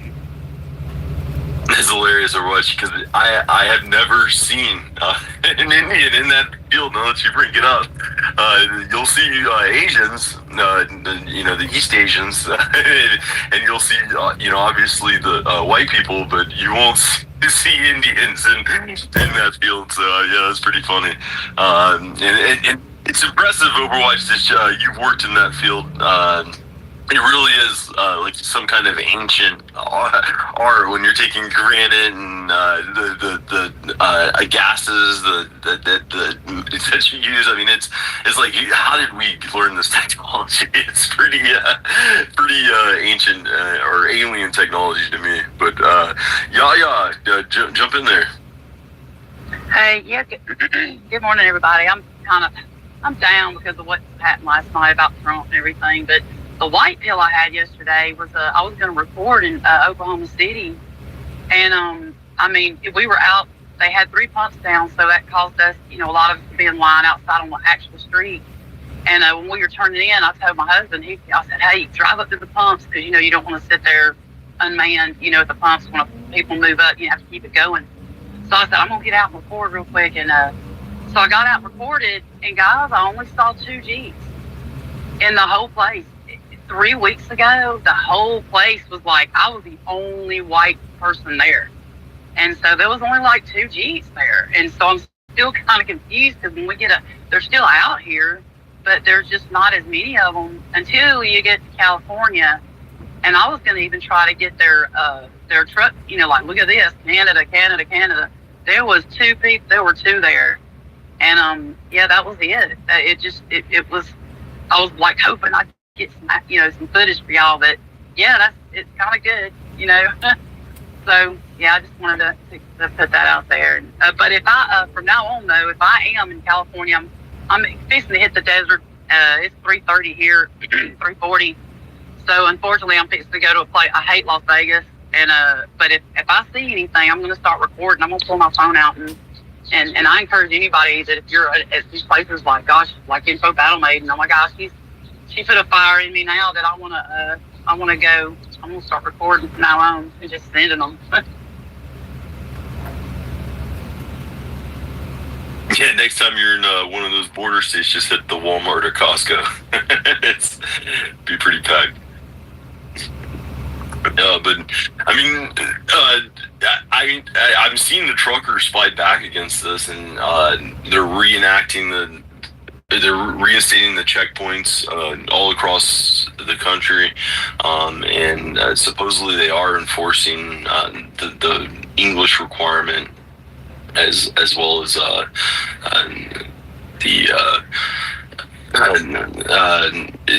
you're making sure obviously they have to be the paperwork and DOT, and they're constantly being checked. So that's the thing. All these people are over here on H-2B visas. Many of them came over here illegally and then got put on a visa. But the trucker community is really standing up against this, and I love it. It's great to see.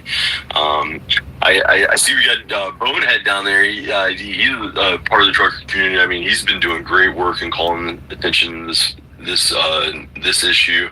And if we can wake up the truckers in America to stand up against this, it'll be really powerful. Because you guys really do control the backbone of America, and like we saw in Canada, a trucker protest can be very powerful. What bothers me is they're they're stagnating wages, and when you talk about your company having to bid against the companies that are controlled by the Indians, and the Indians can lowball you because they're willing to put 2 of these guys in there and they're going to drive as a team and not sleep, or they'll throw 3 of them in there. They don't care. Their labor and they're meaningless to them.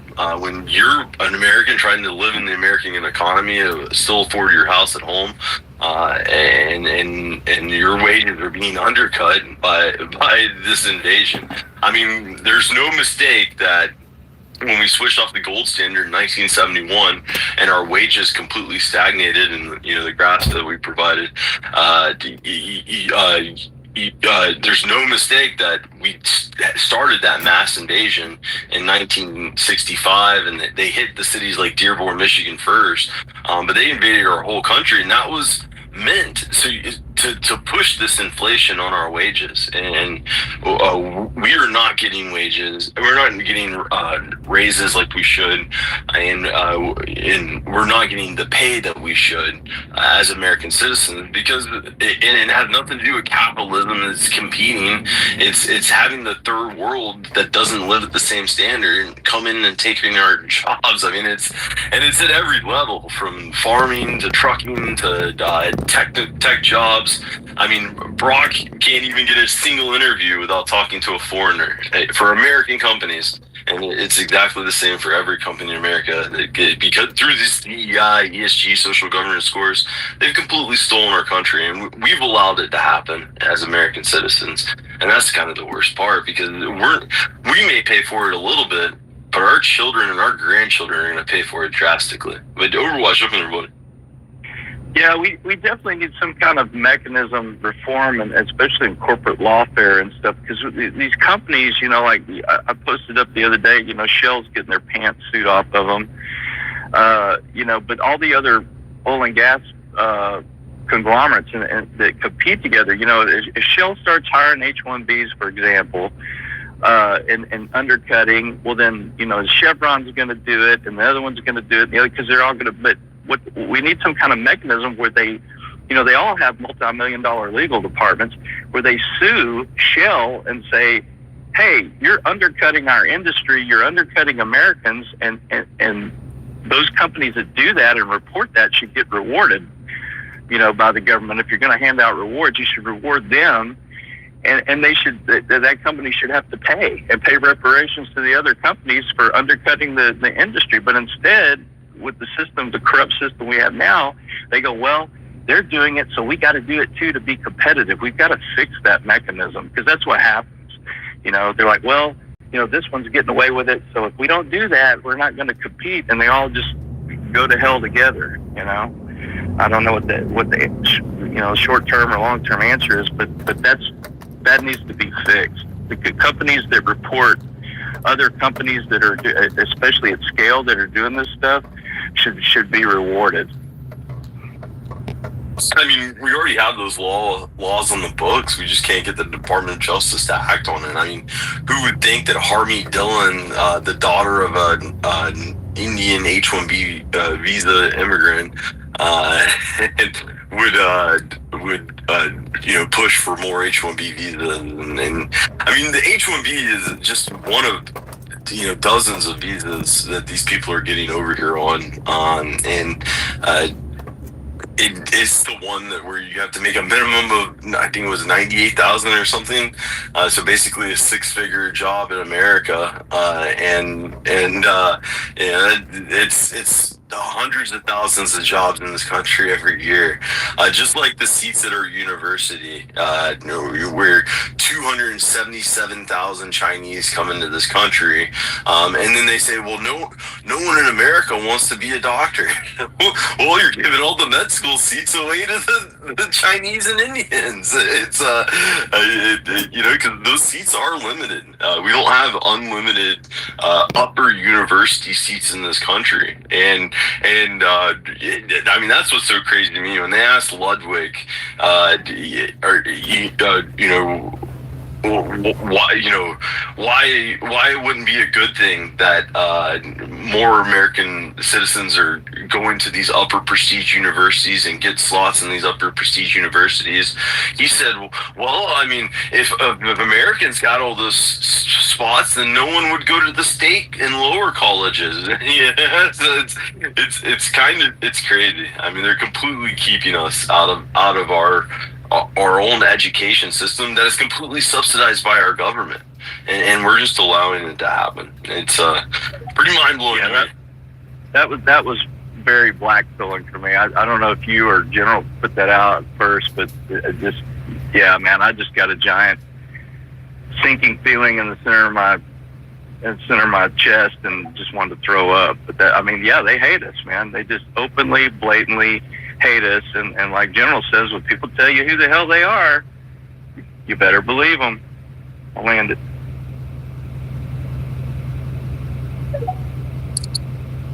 Exactly. I mean, but that's what this space is about, is to get this information out here so we can spread it far and wide. I mean, everyone in here is an advocate.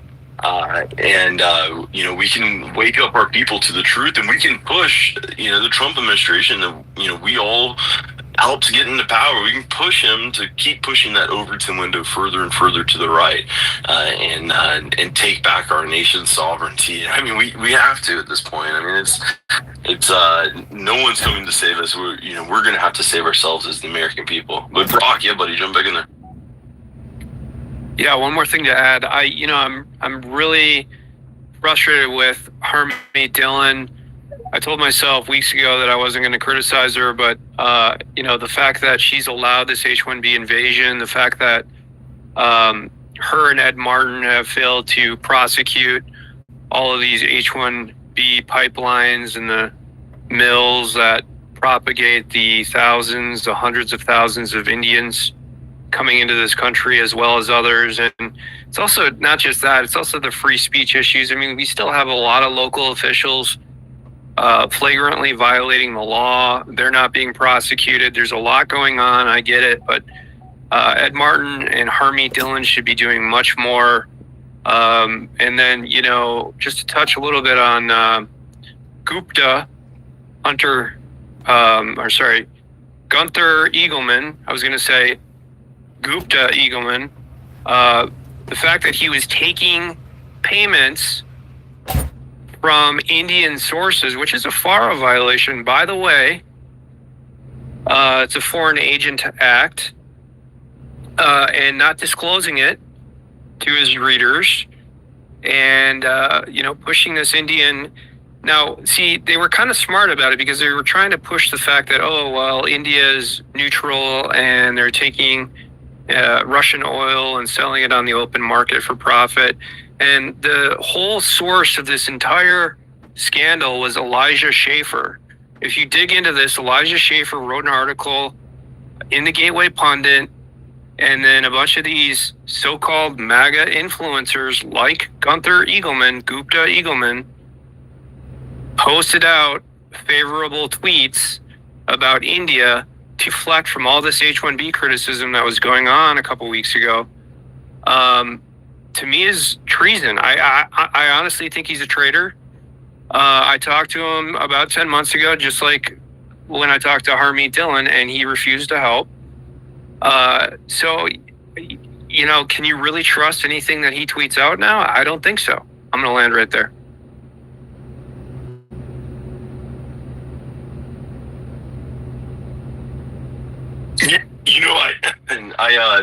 Does anyone have that list of it was 12 influencers here on X that supposedly were getting paid off by it was like there's about 8.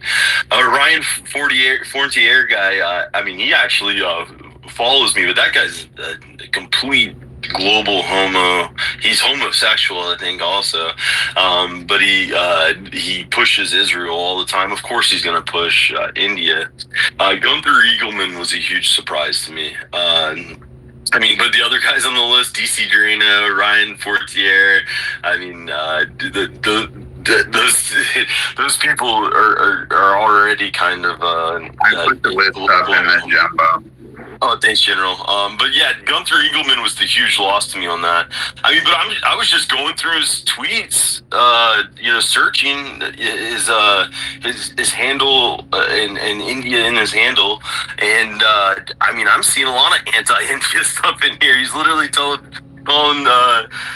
some Indian a foreigner and telling him to go back to India. That one that's trying to impeach Trump. I don't see any like really pro-India tweets that are like outstandingly pro-India. I don't know. I don't want anyone paid off, but I hate to believe that Gunther Eagleman is a sellout, but he definitely very well may be. Everyone that has over 1 million followers probably has people approaching them to give them influence. Yeah, just to respond to that. Oh, sorry. I was just going to respond to that quickly and say, maybe I'm overreacting. I talked about this with my brother, and a lot of those accounts, they're getting money for certain tweets. And I did actually look through his account, and he did have some anti-India stuff, but at the same time, and maybe it was only one tweet, so maybe I'm overreacting. But still, at the same time, it's very strange. And to me, I'm not gonna trust anything he posts from now on. Also, even the guy. Go ahead. I was gonna say really quick, the guy that called him out, the guy that puts out this list, and he has the evidence down below. Gunther Eagleman isn't in any of that evidence, and that's why I had to go to his page and look. I saw the Defiant L's, and all the other ones, but I was trying to actually find something he says, and as I go through his thing, I mean, he's literally championing tariffs on India. I mean, every post he has about India, he's kind of shitting on them. So I don't know. I might be missing something. No, it's there. Brock put it in the. So this guy.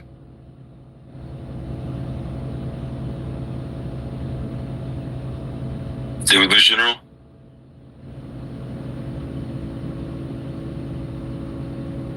Or did we lose me?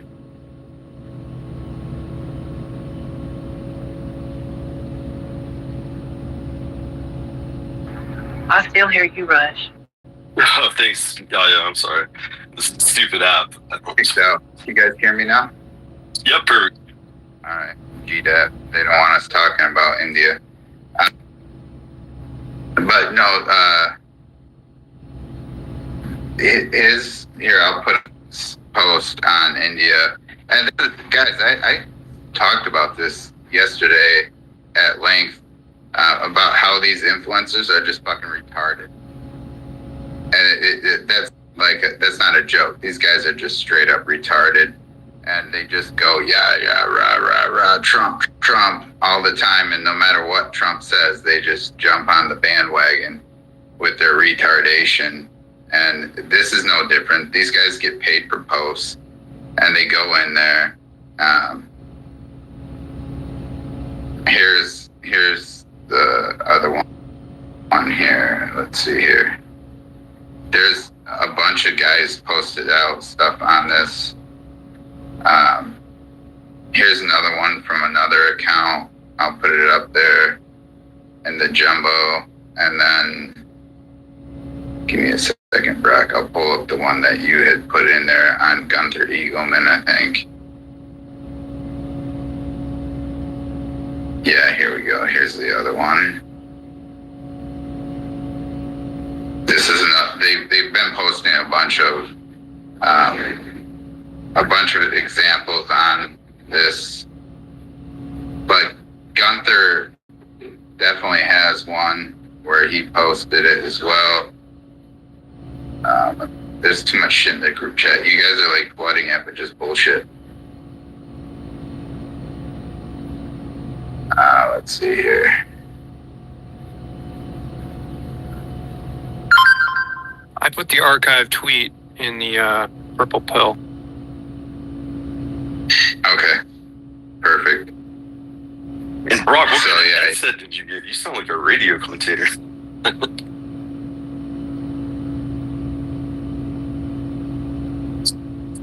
I'm sorry to interrupt you guys. I mean, I saw the Ryan Fortier one.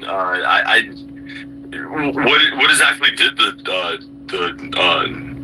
Gunther one say? I mean, if he's a sellout, I mean, he's a sellout. I mean, he really hasn't been calling out Trump like we've wanted him to, but he has made some ethnic American conscious comments and stuff before. I thought he was one of the influencers that were leaning more towards our way. These guys, they don't know the difference between their asshole and their elbow.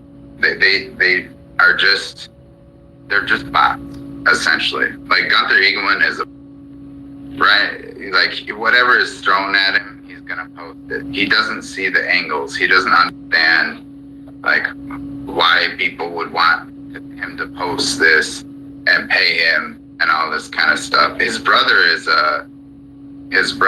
Hunter is I saw one time he posted out a picture of his daughter. His daughter's Asian. So either he adopted this girl or he's married to like some type of race mixing. Maybe the girl could even be like half Indian. I don't know. But yeah, I mean, Gunther Eagleman, a lot of these big influencers, they don't know the difference between their asshole and their elbow on any of this stuff.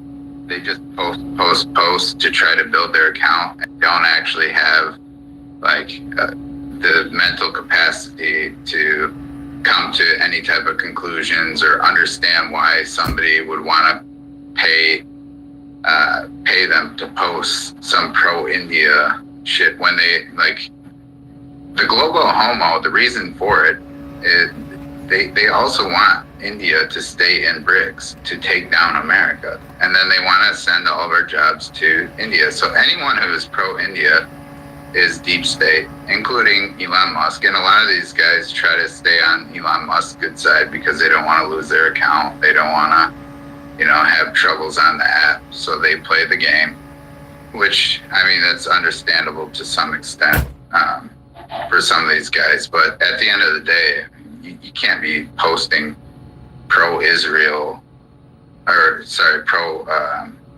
pro-India shit. And where you put that down in the pill, you said, Brock? I gotta put that up. I read it earlier. I put it up. I saw the post earlier. Okay. I put it up in Jumbo. Gunther's, what's the guy's name? Gunther Eagleman? Yeah, the CCP. I saw it's in one of those threads, by the way. I think the aesthetic guy, or whatever his name is, he has this post because I read it. It wasn't long like this. It was like a normal post. But yeah, he's definitely pushing pro India bullshit at the same time. I don't know. Again, these guys don't even understand how Trump works. Like, they're still pushing JD Vance as the next president. They're pushing Marco Rubio. Like, all these guys, if they had any sense and they've been following politics long enough, like, all of MAGA was pissed when Trump picked Marco Rubio.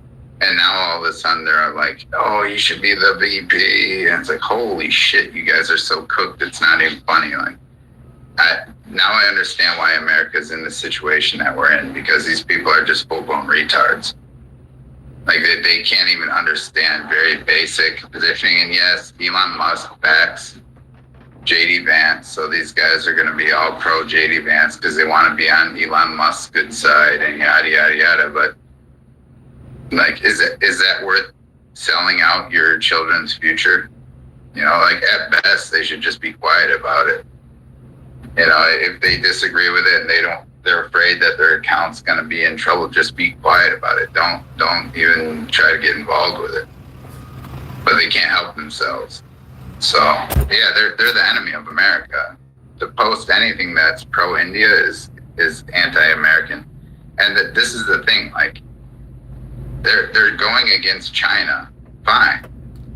But that doesn't mean India's our friend because China's bad. It means they're both our enemy. They're both part of BRICS. They're both trying to take down America. Like, I don't understand why they can't see. These people are so cooked and retarded that if you put two options in front of their face and say, which one is bad, China or India? These guys will literally pick one instead of sitting back and saying, they're both bad. They're both bad. They can't, their brain can't function in such a simple manner as that. Like when you're presented with two options, there's always another option. You don't have to choose those two options. But these guys, they can't, their brain is just automatically hardwired to be a bot, an NPC. And like, I like a lot of the stuff these guys post out. Like Gunther, I think he posts out a bunch of good stuff. But when it comes to this kind of stuff, he's cooked. He just can't see it. He doesn't understand it. He just, oh, they're going to pay me for that. Okay, here you go. That's it. Like, that's how easy it is to get people to sell out in this country. Give them a couple shekels and boom, they'll post it. And now they're a traitor to the nation. But they're too fucking stupid to understand that they just made a traitor to the nation. That's the problem with being a bot. And there's a bunch of them. And those guys are all in group chats together in their whole ringleader. When all the H-1B stuff went down and Elon targeted them all, it was from their group chat. They were all artificially boosting each other in their group chats. All they care about is growing their account. Overwatch, go ahead, jump in there. Yeah, that false binary, you know, that's what I call the false binary choice, is that's what they love. And, you know, our school system trains our kids' brains, you know, to you know, true false. You know, everybody loves the true false test. But that's one thing, you know, we've mentioned before that I like about Trump. You know, he's always got options C, D, E, and F. You know, and so he's kind of brought that to the political forefront, and that's why they don't see him coming a lot of times. But you know, somebody in the group chat just posted that you know, he's hitting up Russia and India and saying they're joining with China or something like that. So he's going to make a non-binary movement. He's doing something with that. He's you know, going that way. But yeah, these people that you know, they take this money and stuff. You know, you know, traders are the worst, man. Traders are just the absolute worst. You know, like Judas didn't get to spend any of the 30 shekels of silver, folks. He didn't get to take one shekel with him. And somebody else spent that money. You know, these people need to think about that. It's not worth it in the end to sell your soul. It's not worth it. It's not worth it in this life. You know, you may have some hardship in this life, but it's definitely not going to be worth it on the other side. I guarantee you that. And they're just shallow-minded general, and you know, it's just a shame. It's a real shame. They're just retarded. Like, I don't even think Gunther, you know, this guy was a police officer. I don't think he even has the mental capacity to realize he made himself a traitor. Like, they sold it to him as like, oh, Trump's trying to do something good with India. Let's post this like this, you know, and he's just like, oh, really? Okay, let's post it. Give me money. You know, so a lot of these guys, they don't even realize that they're turning themselves into traitors because they're just too stupid. I put up a clip up in the jumbo of another issue. Here's Trump sitting at the table with Bill Gates, and Bill Gates is talking about Operation Warp Speed and curing polio and all these other things, and Trump's just bobbing his head and like, yeah, Bill Gates is gonna save the world after he's done everything he can to fucking obliterate Americans. Total eradication of Americans is what Bill Gates has done. And then he sits up there next to Trump. Trump puts him right next to his wife on a pedestal like he's something special, and has him up there as Gates is going to do anything productive for America. I mean, Trump is fucking stupid at this point. That's all I can say. Like, that's what I wrote in there. Fool me once, shame on me. Fool me twice. Or fool me once, shame on you. Fool me twice, shame on me. And now Trump is getting fooled again. And he already tried to do it with Zuckerberg, with Facebook. It didn't work. He's gone back and forth with Bill Gates. They've already shut down multiple of Bill Gates companies because of his toxic shit killing Americans and sterilizing Americans and all this stuff. And Trump still have him at the table as if he's going to do something good for America. It's the same thing with like this Palantir shit. Like, you really think these guys are going to do anything good for America? Hell no. No way in hell. But Trump's up there, and he's got them all. He's got all the devils at the table. You know, he's surrounded himself with a bunch of the Antichrist, including J.D. Vance. There was an article in Vanity Fair. I think, didn't you say, Rush, that they said they forced J.D. Vance to be his VP, or they would assassinate him, or something like this? Rush, are you there? He might be away. I was leaving a message, General. I'm sorry. On the other screen, leaving a message. But Vanity Fair came out with an article that it said Tucker Carlson influenced Trump to pick J.D. Vance as his running mate in order to avoid being assassinated by the deep state, because J.D. Vance is obviously the deep state, and here we see Trump making every move in support of the deep state. And I really appreciate you putting out that post, General. We all got to boost that out there, because General has a lot of influence on the bigger MAGA accounts. A lot of them follow him, so them seeing a post from General like this will be influential to them, because we need to start standing up against this. We need to start pointing out, Trump, you said you were going to get rid of the deep state. You said you were going to do the most mass deportation of all time, and here you are having dinner with Bill Gates and letting him sit next to your wife. I mean, I didn't even really think about the optics of that. I mean, knowing that he's been to Epstein Island multiple times and his wife divorced him because he's a creep, he's going to let his wife sit next to Bill Gates. I wouldn't let my wife sit next to Bill Gates, but it's just, it's propping up the deep state. When Trump said he was going to root it out and destroy the deep state, I just can't understand it. I can't understand how he's reasoning it. I can't understand how any Trump supporter can't see this and be against it. I mean, maybe he's doing it for that reason, but I'm losing support for Trump day after day, and this is from someone who voted for Trump 3 times. I've supported him since 2016, and he's the traitor that I said he wasn't going to be. It really bothers me personally. But Overwatch, I don't pick in there, buddy.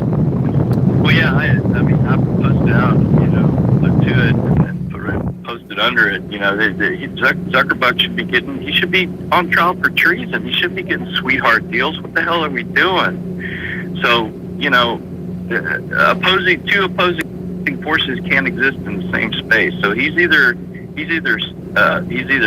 compromised and going to betray us, the ethnic Americans, or he's suckering them in and he's going to betray them. But he's going to betray somebody. He's not going to serve them and serve the American people with these people. So I don't know what his game is, but one of us is going to get. Overwatch, I saw Tim Bull was commenting on this Gunther Eagleman thing, and he said, high-profile accounts are getting paid to post political propaganda without this.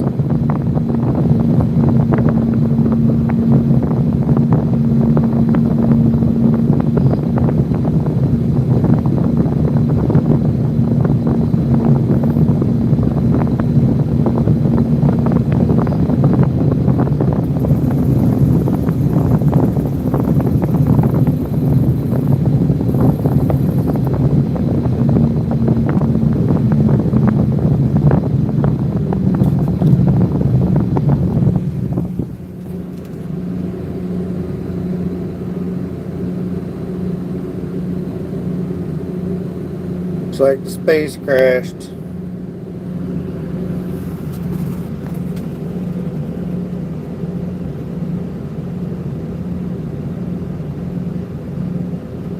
This is King 1, King 2 shit.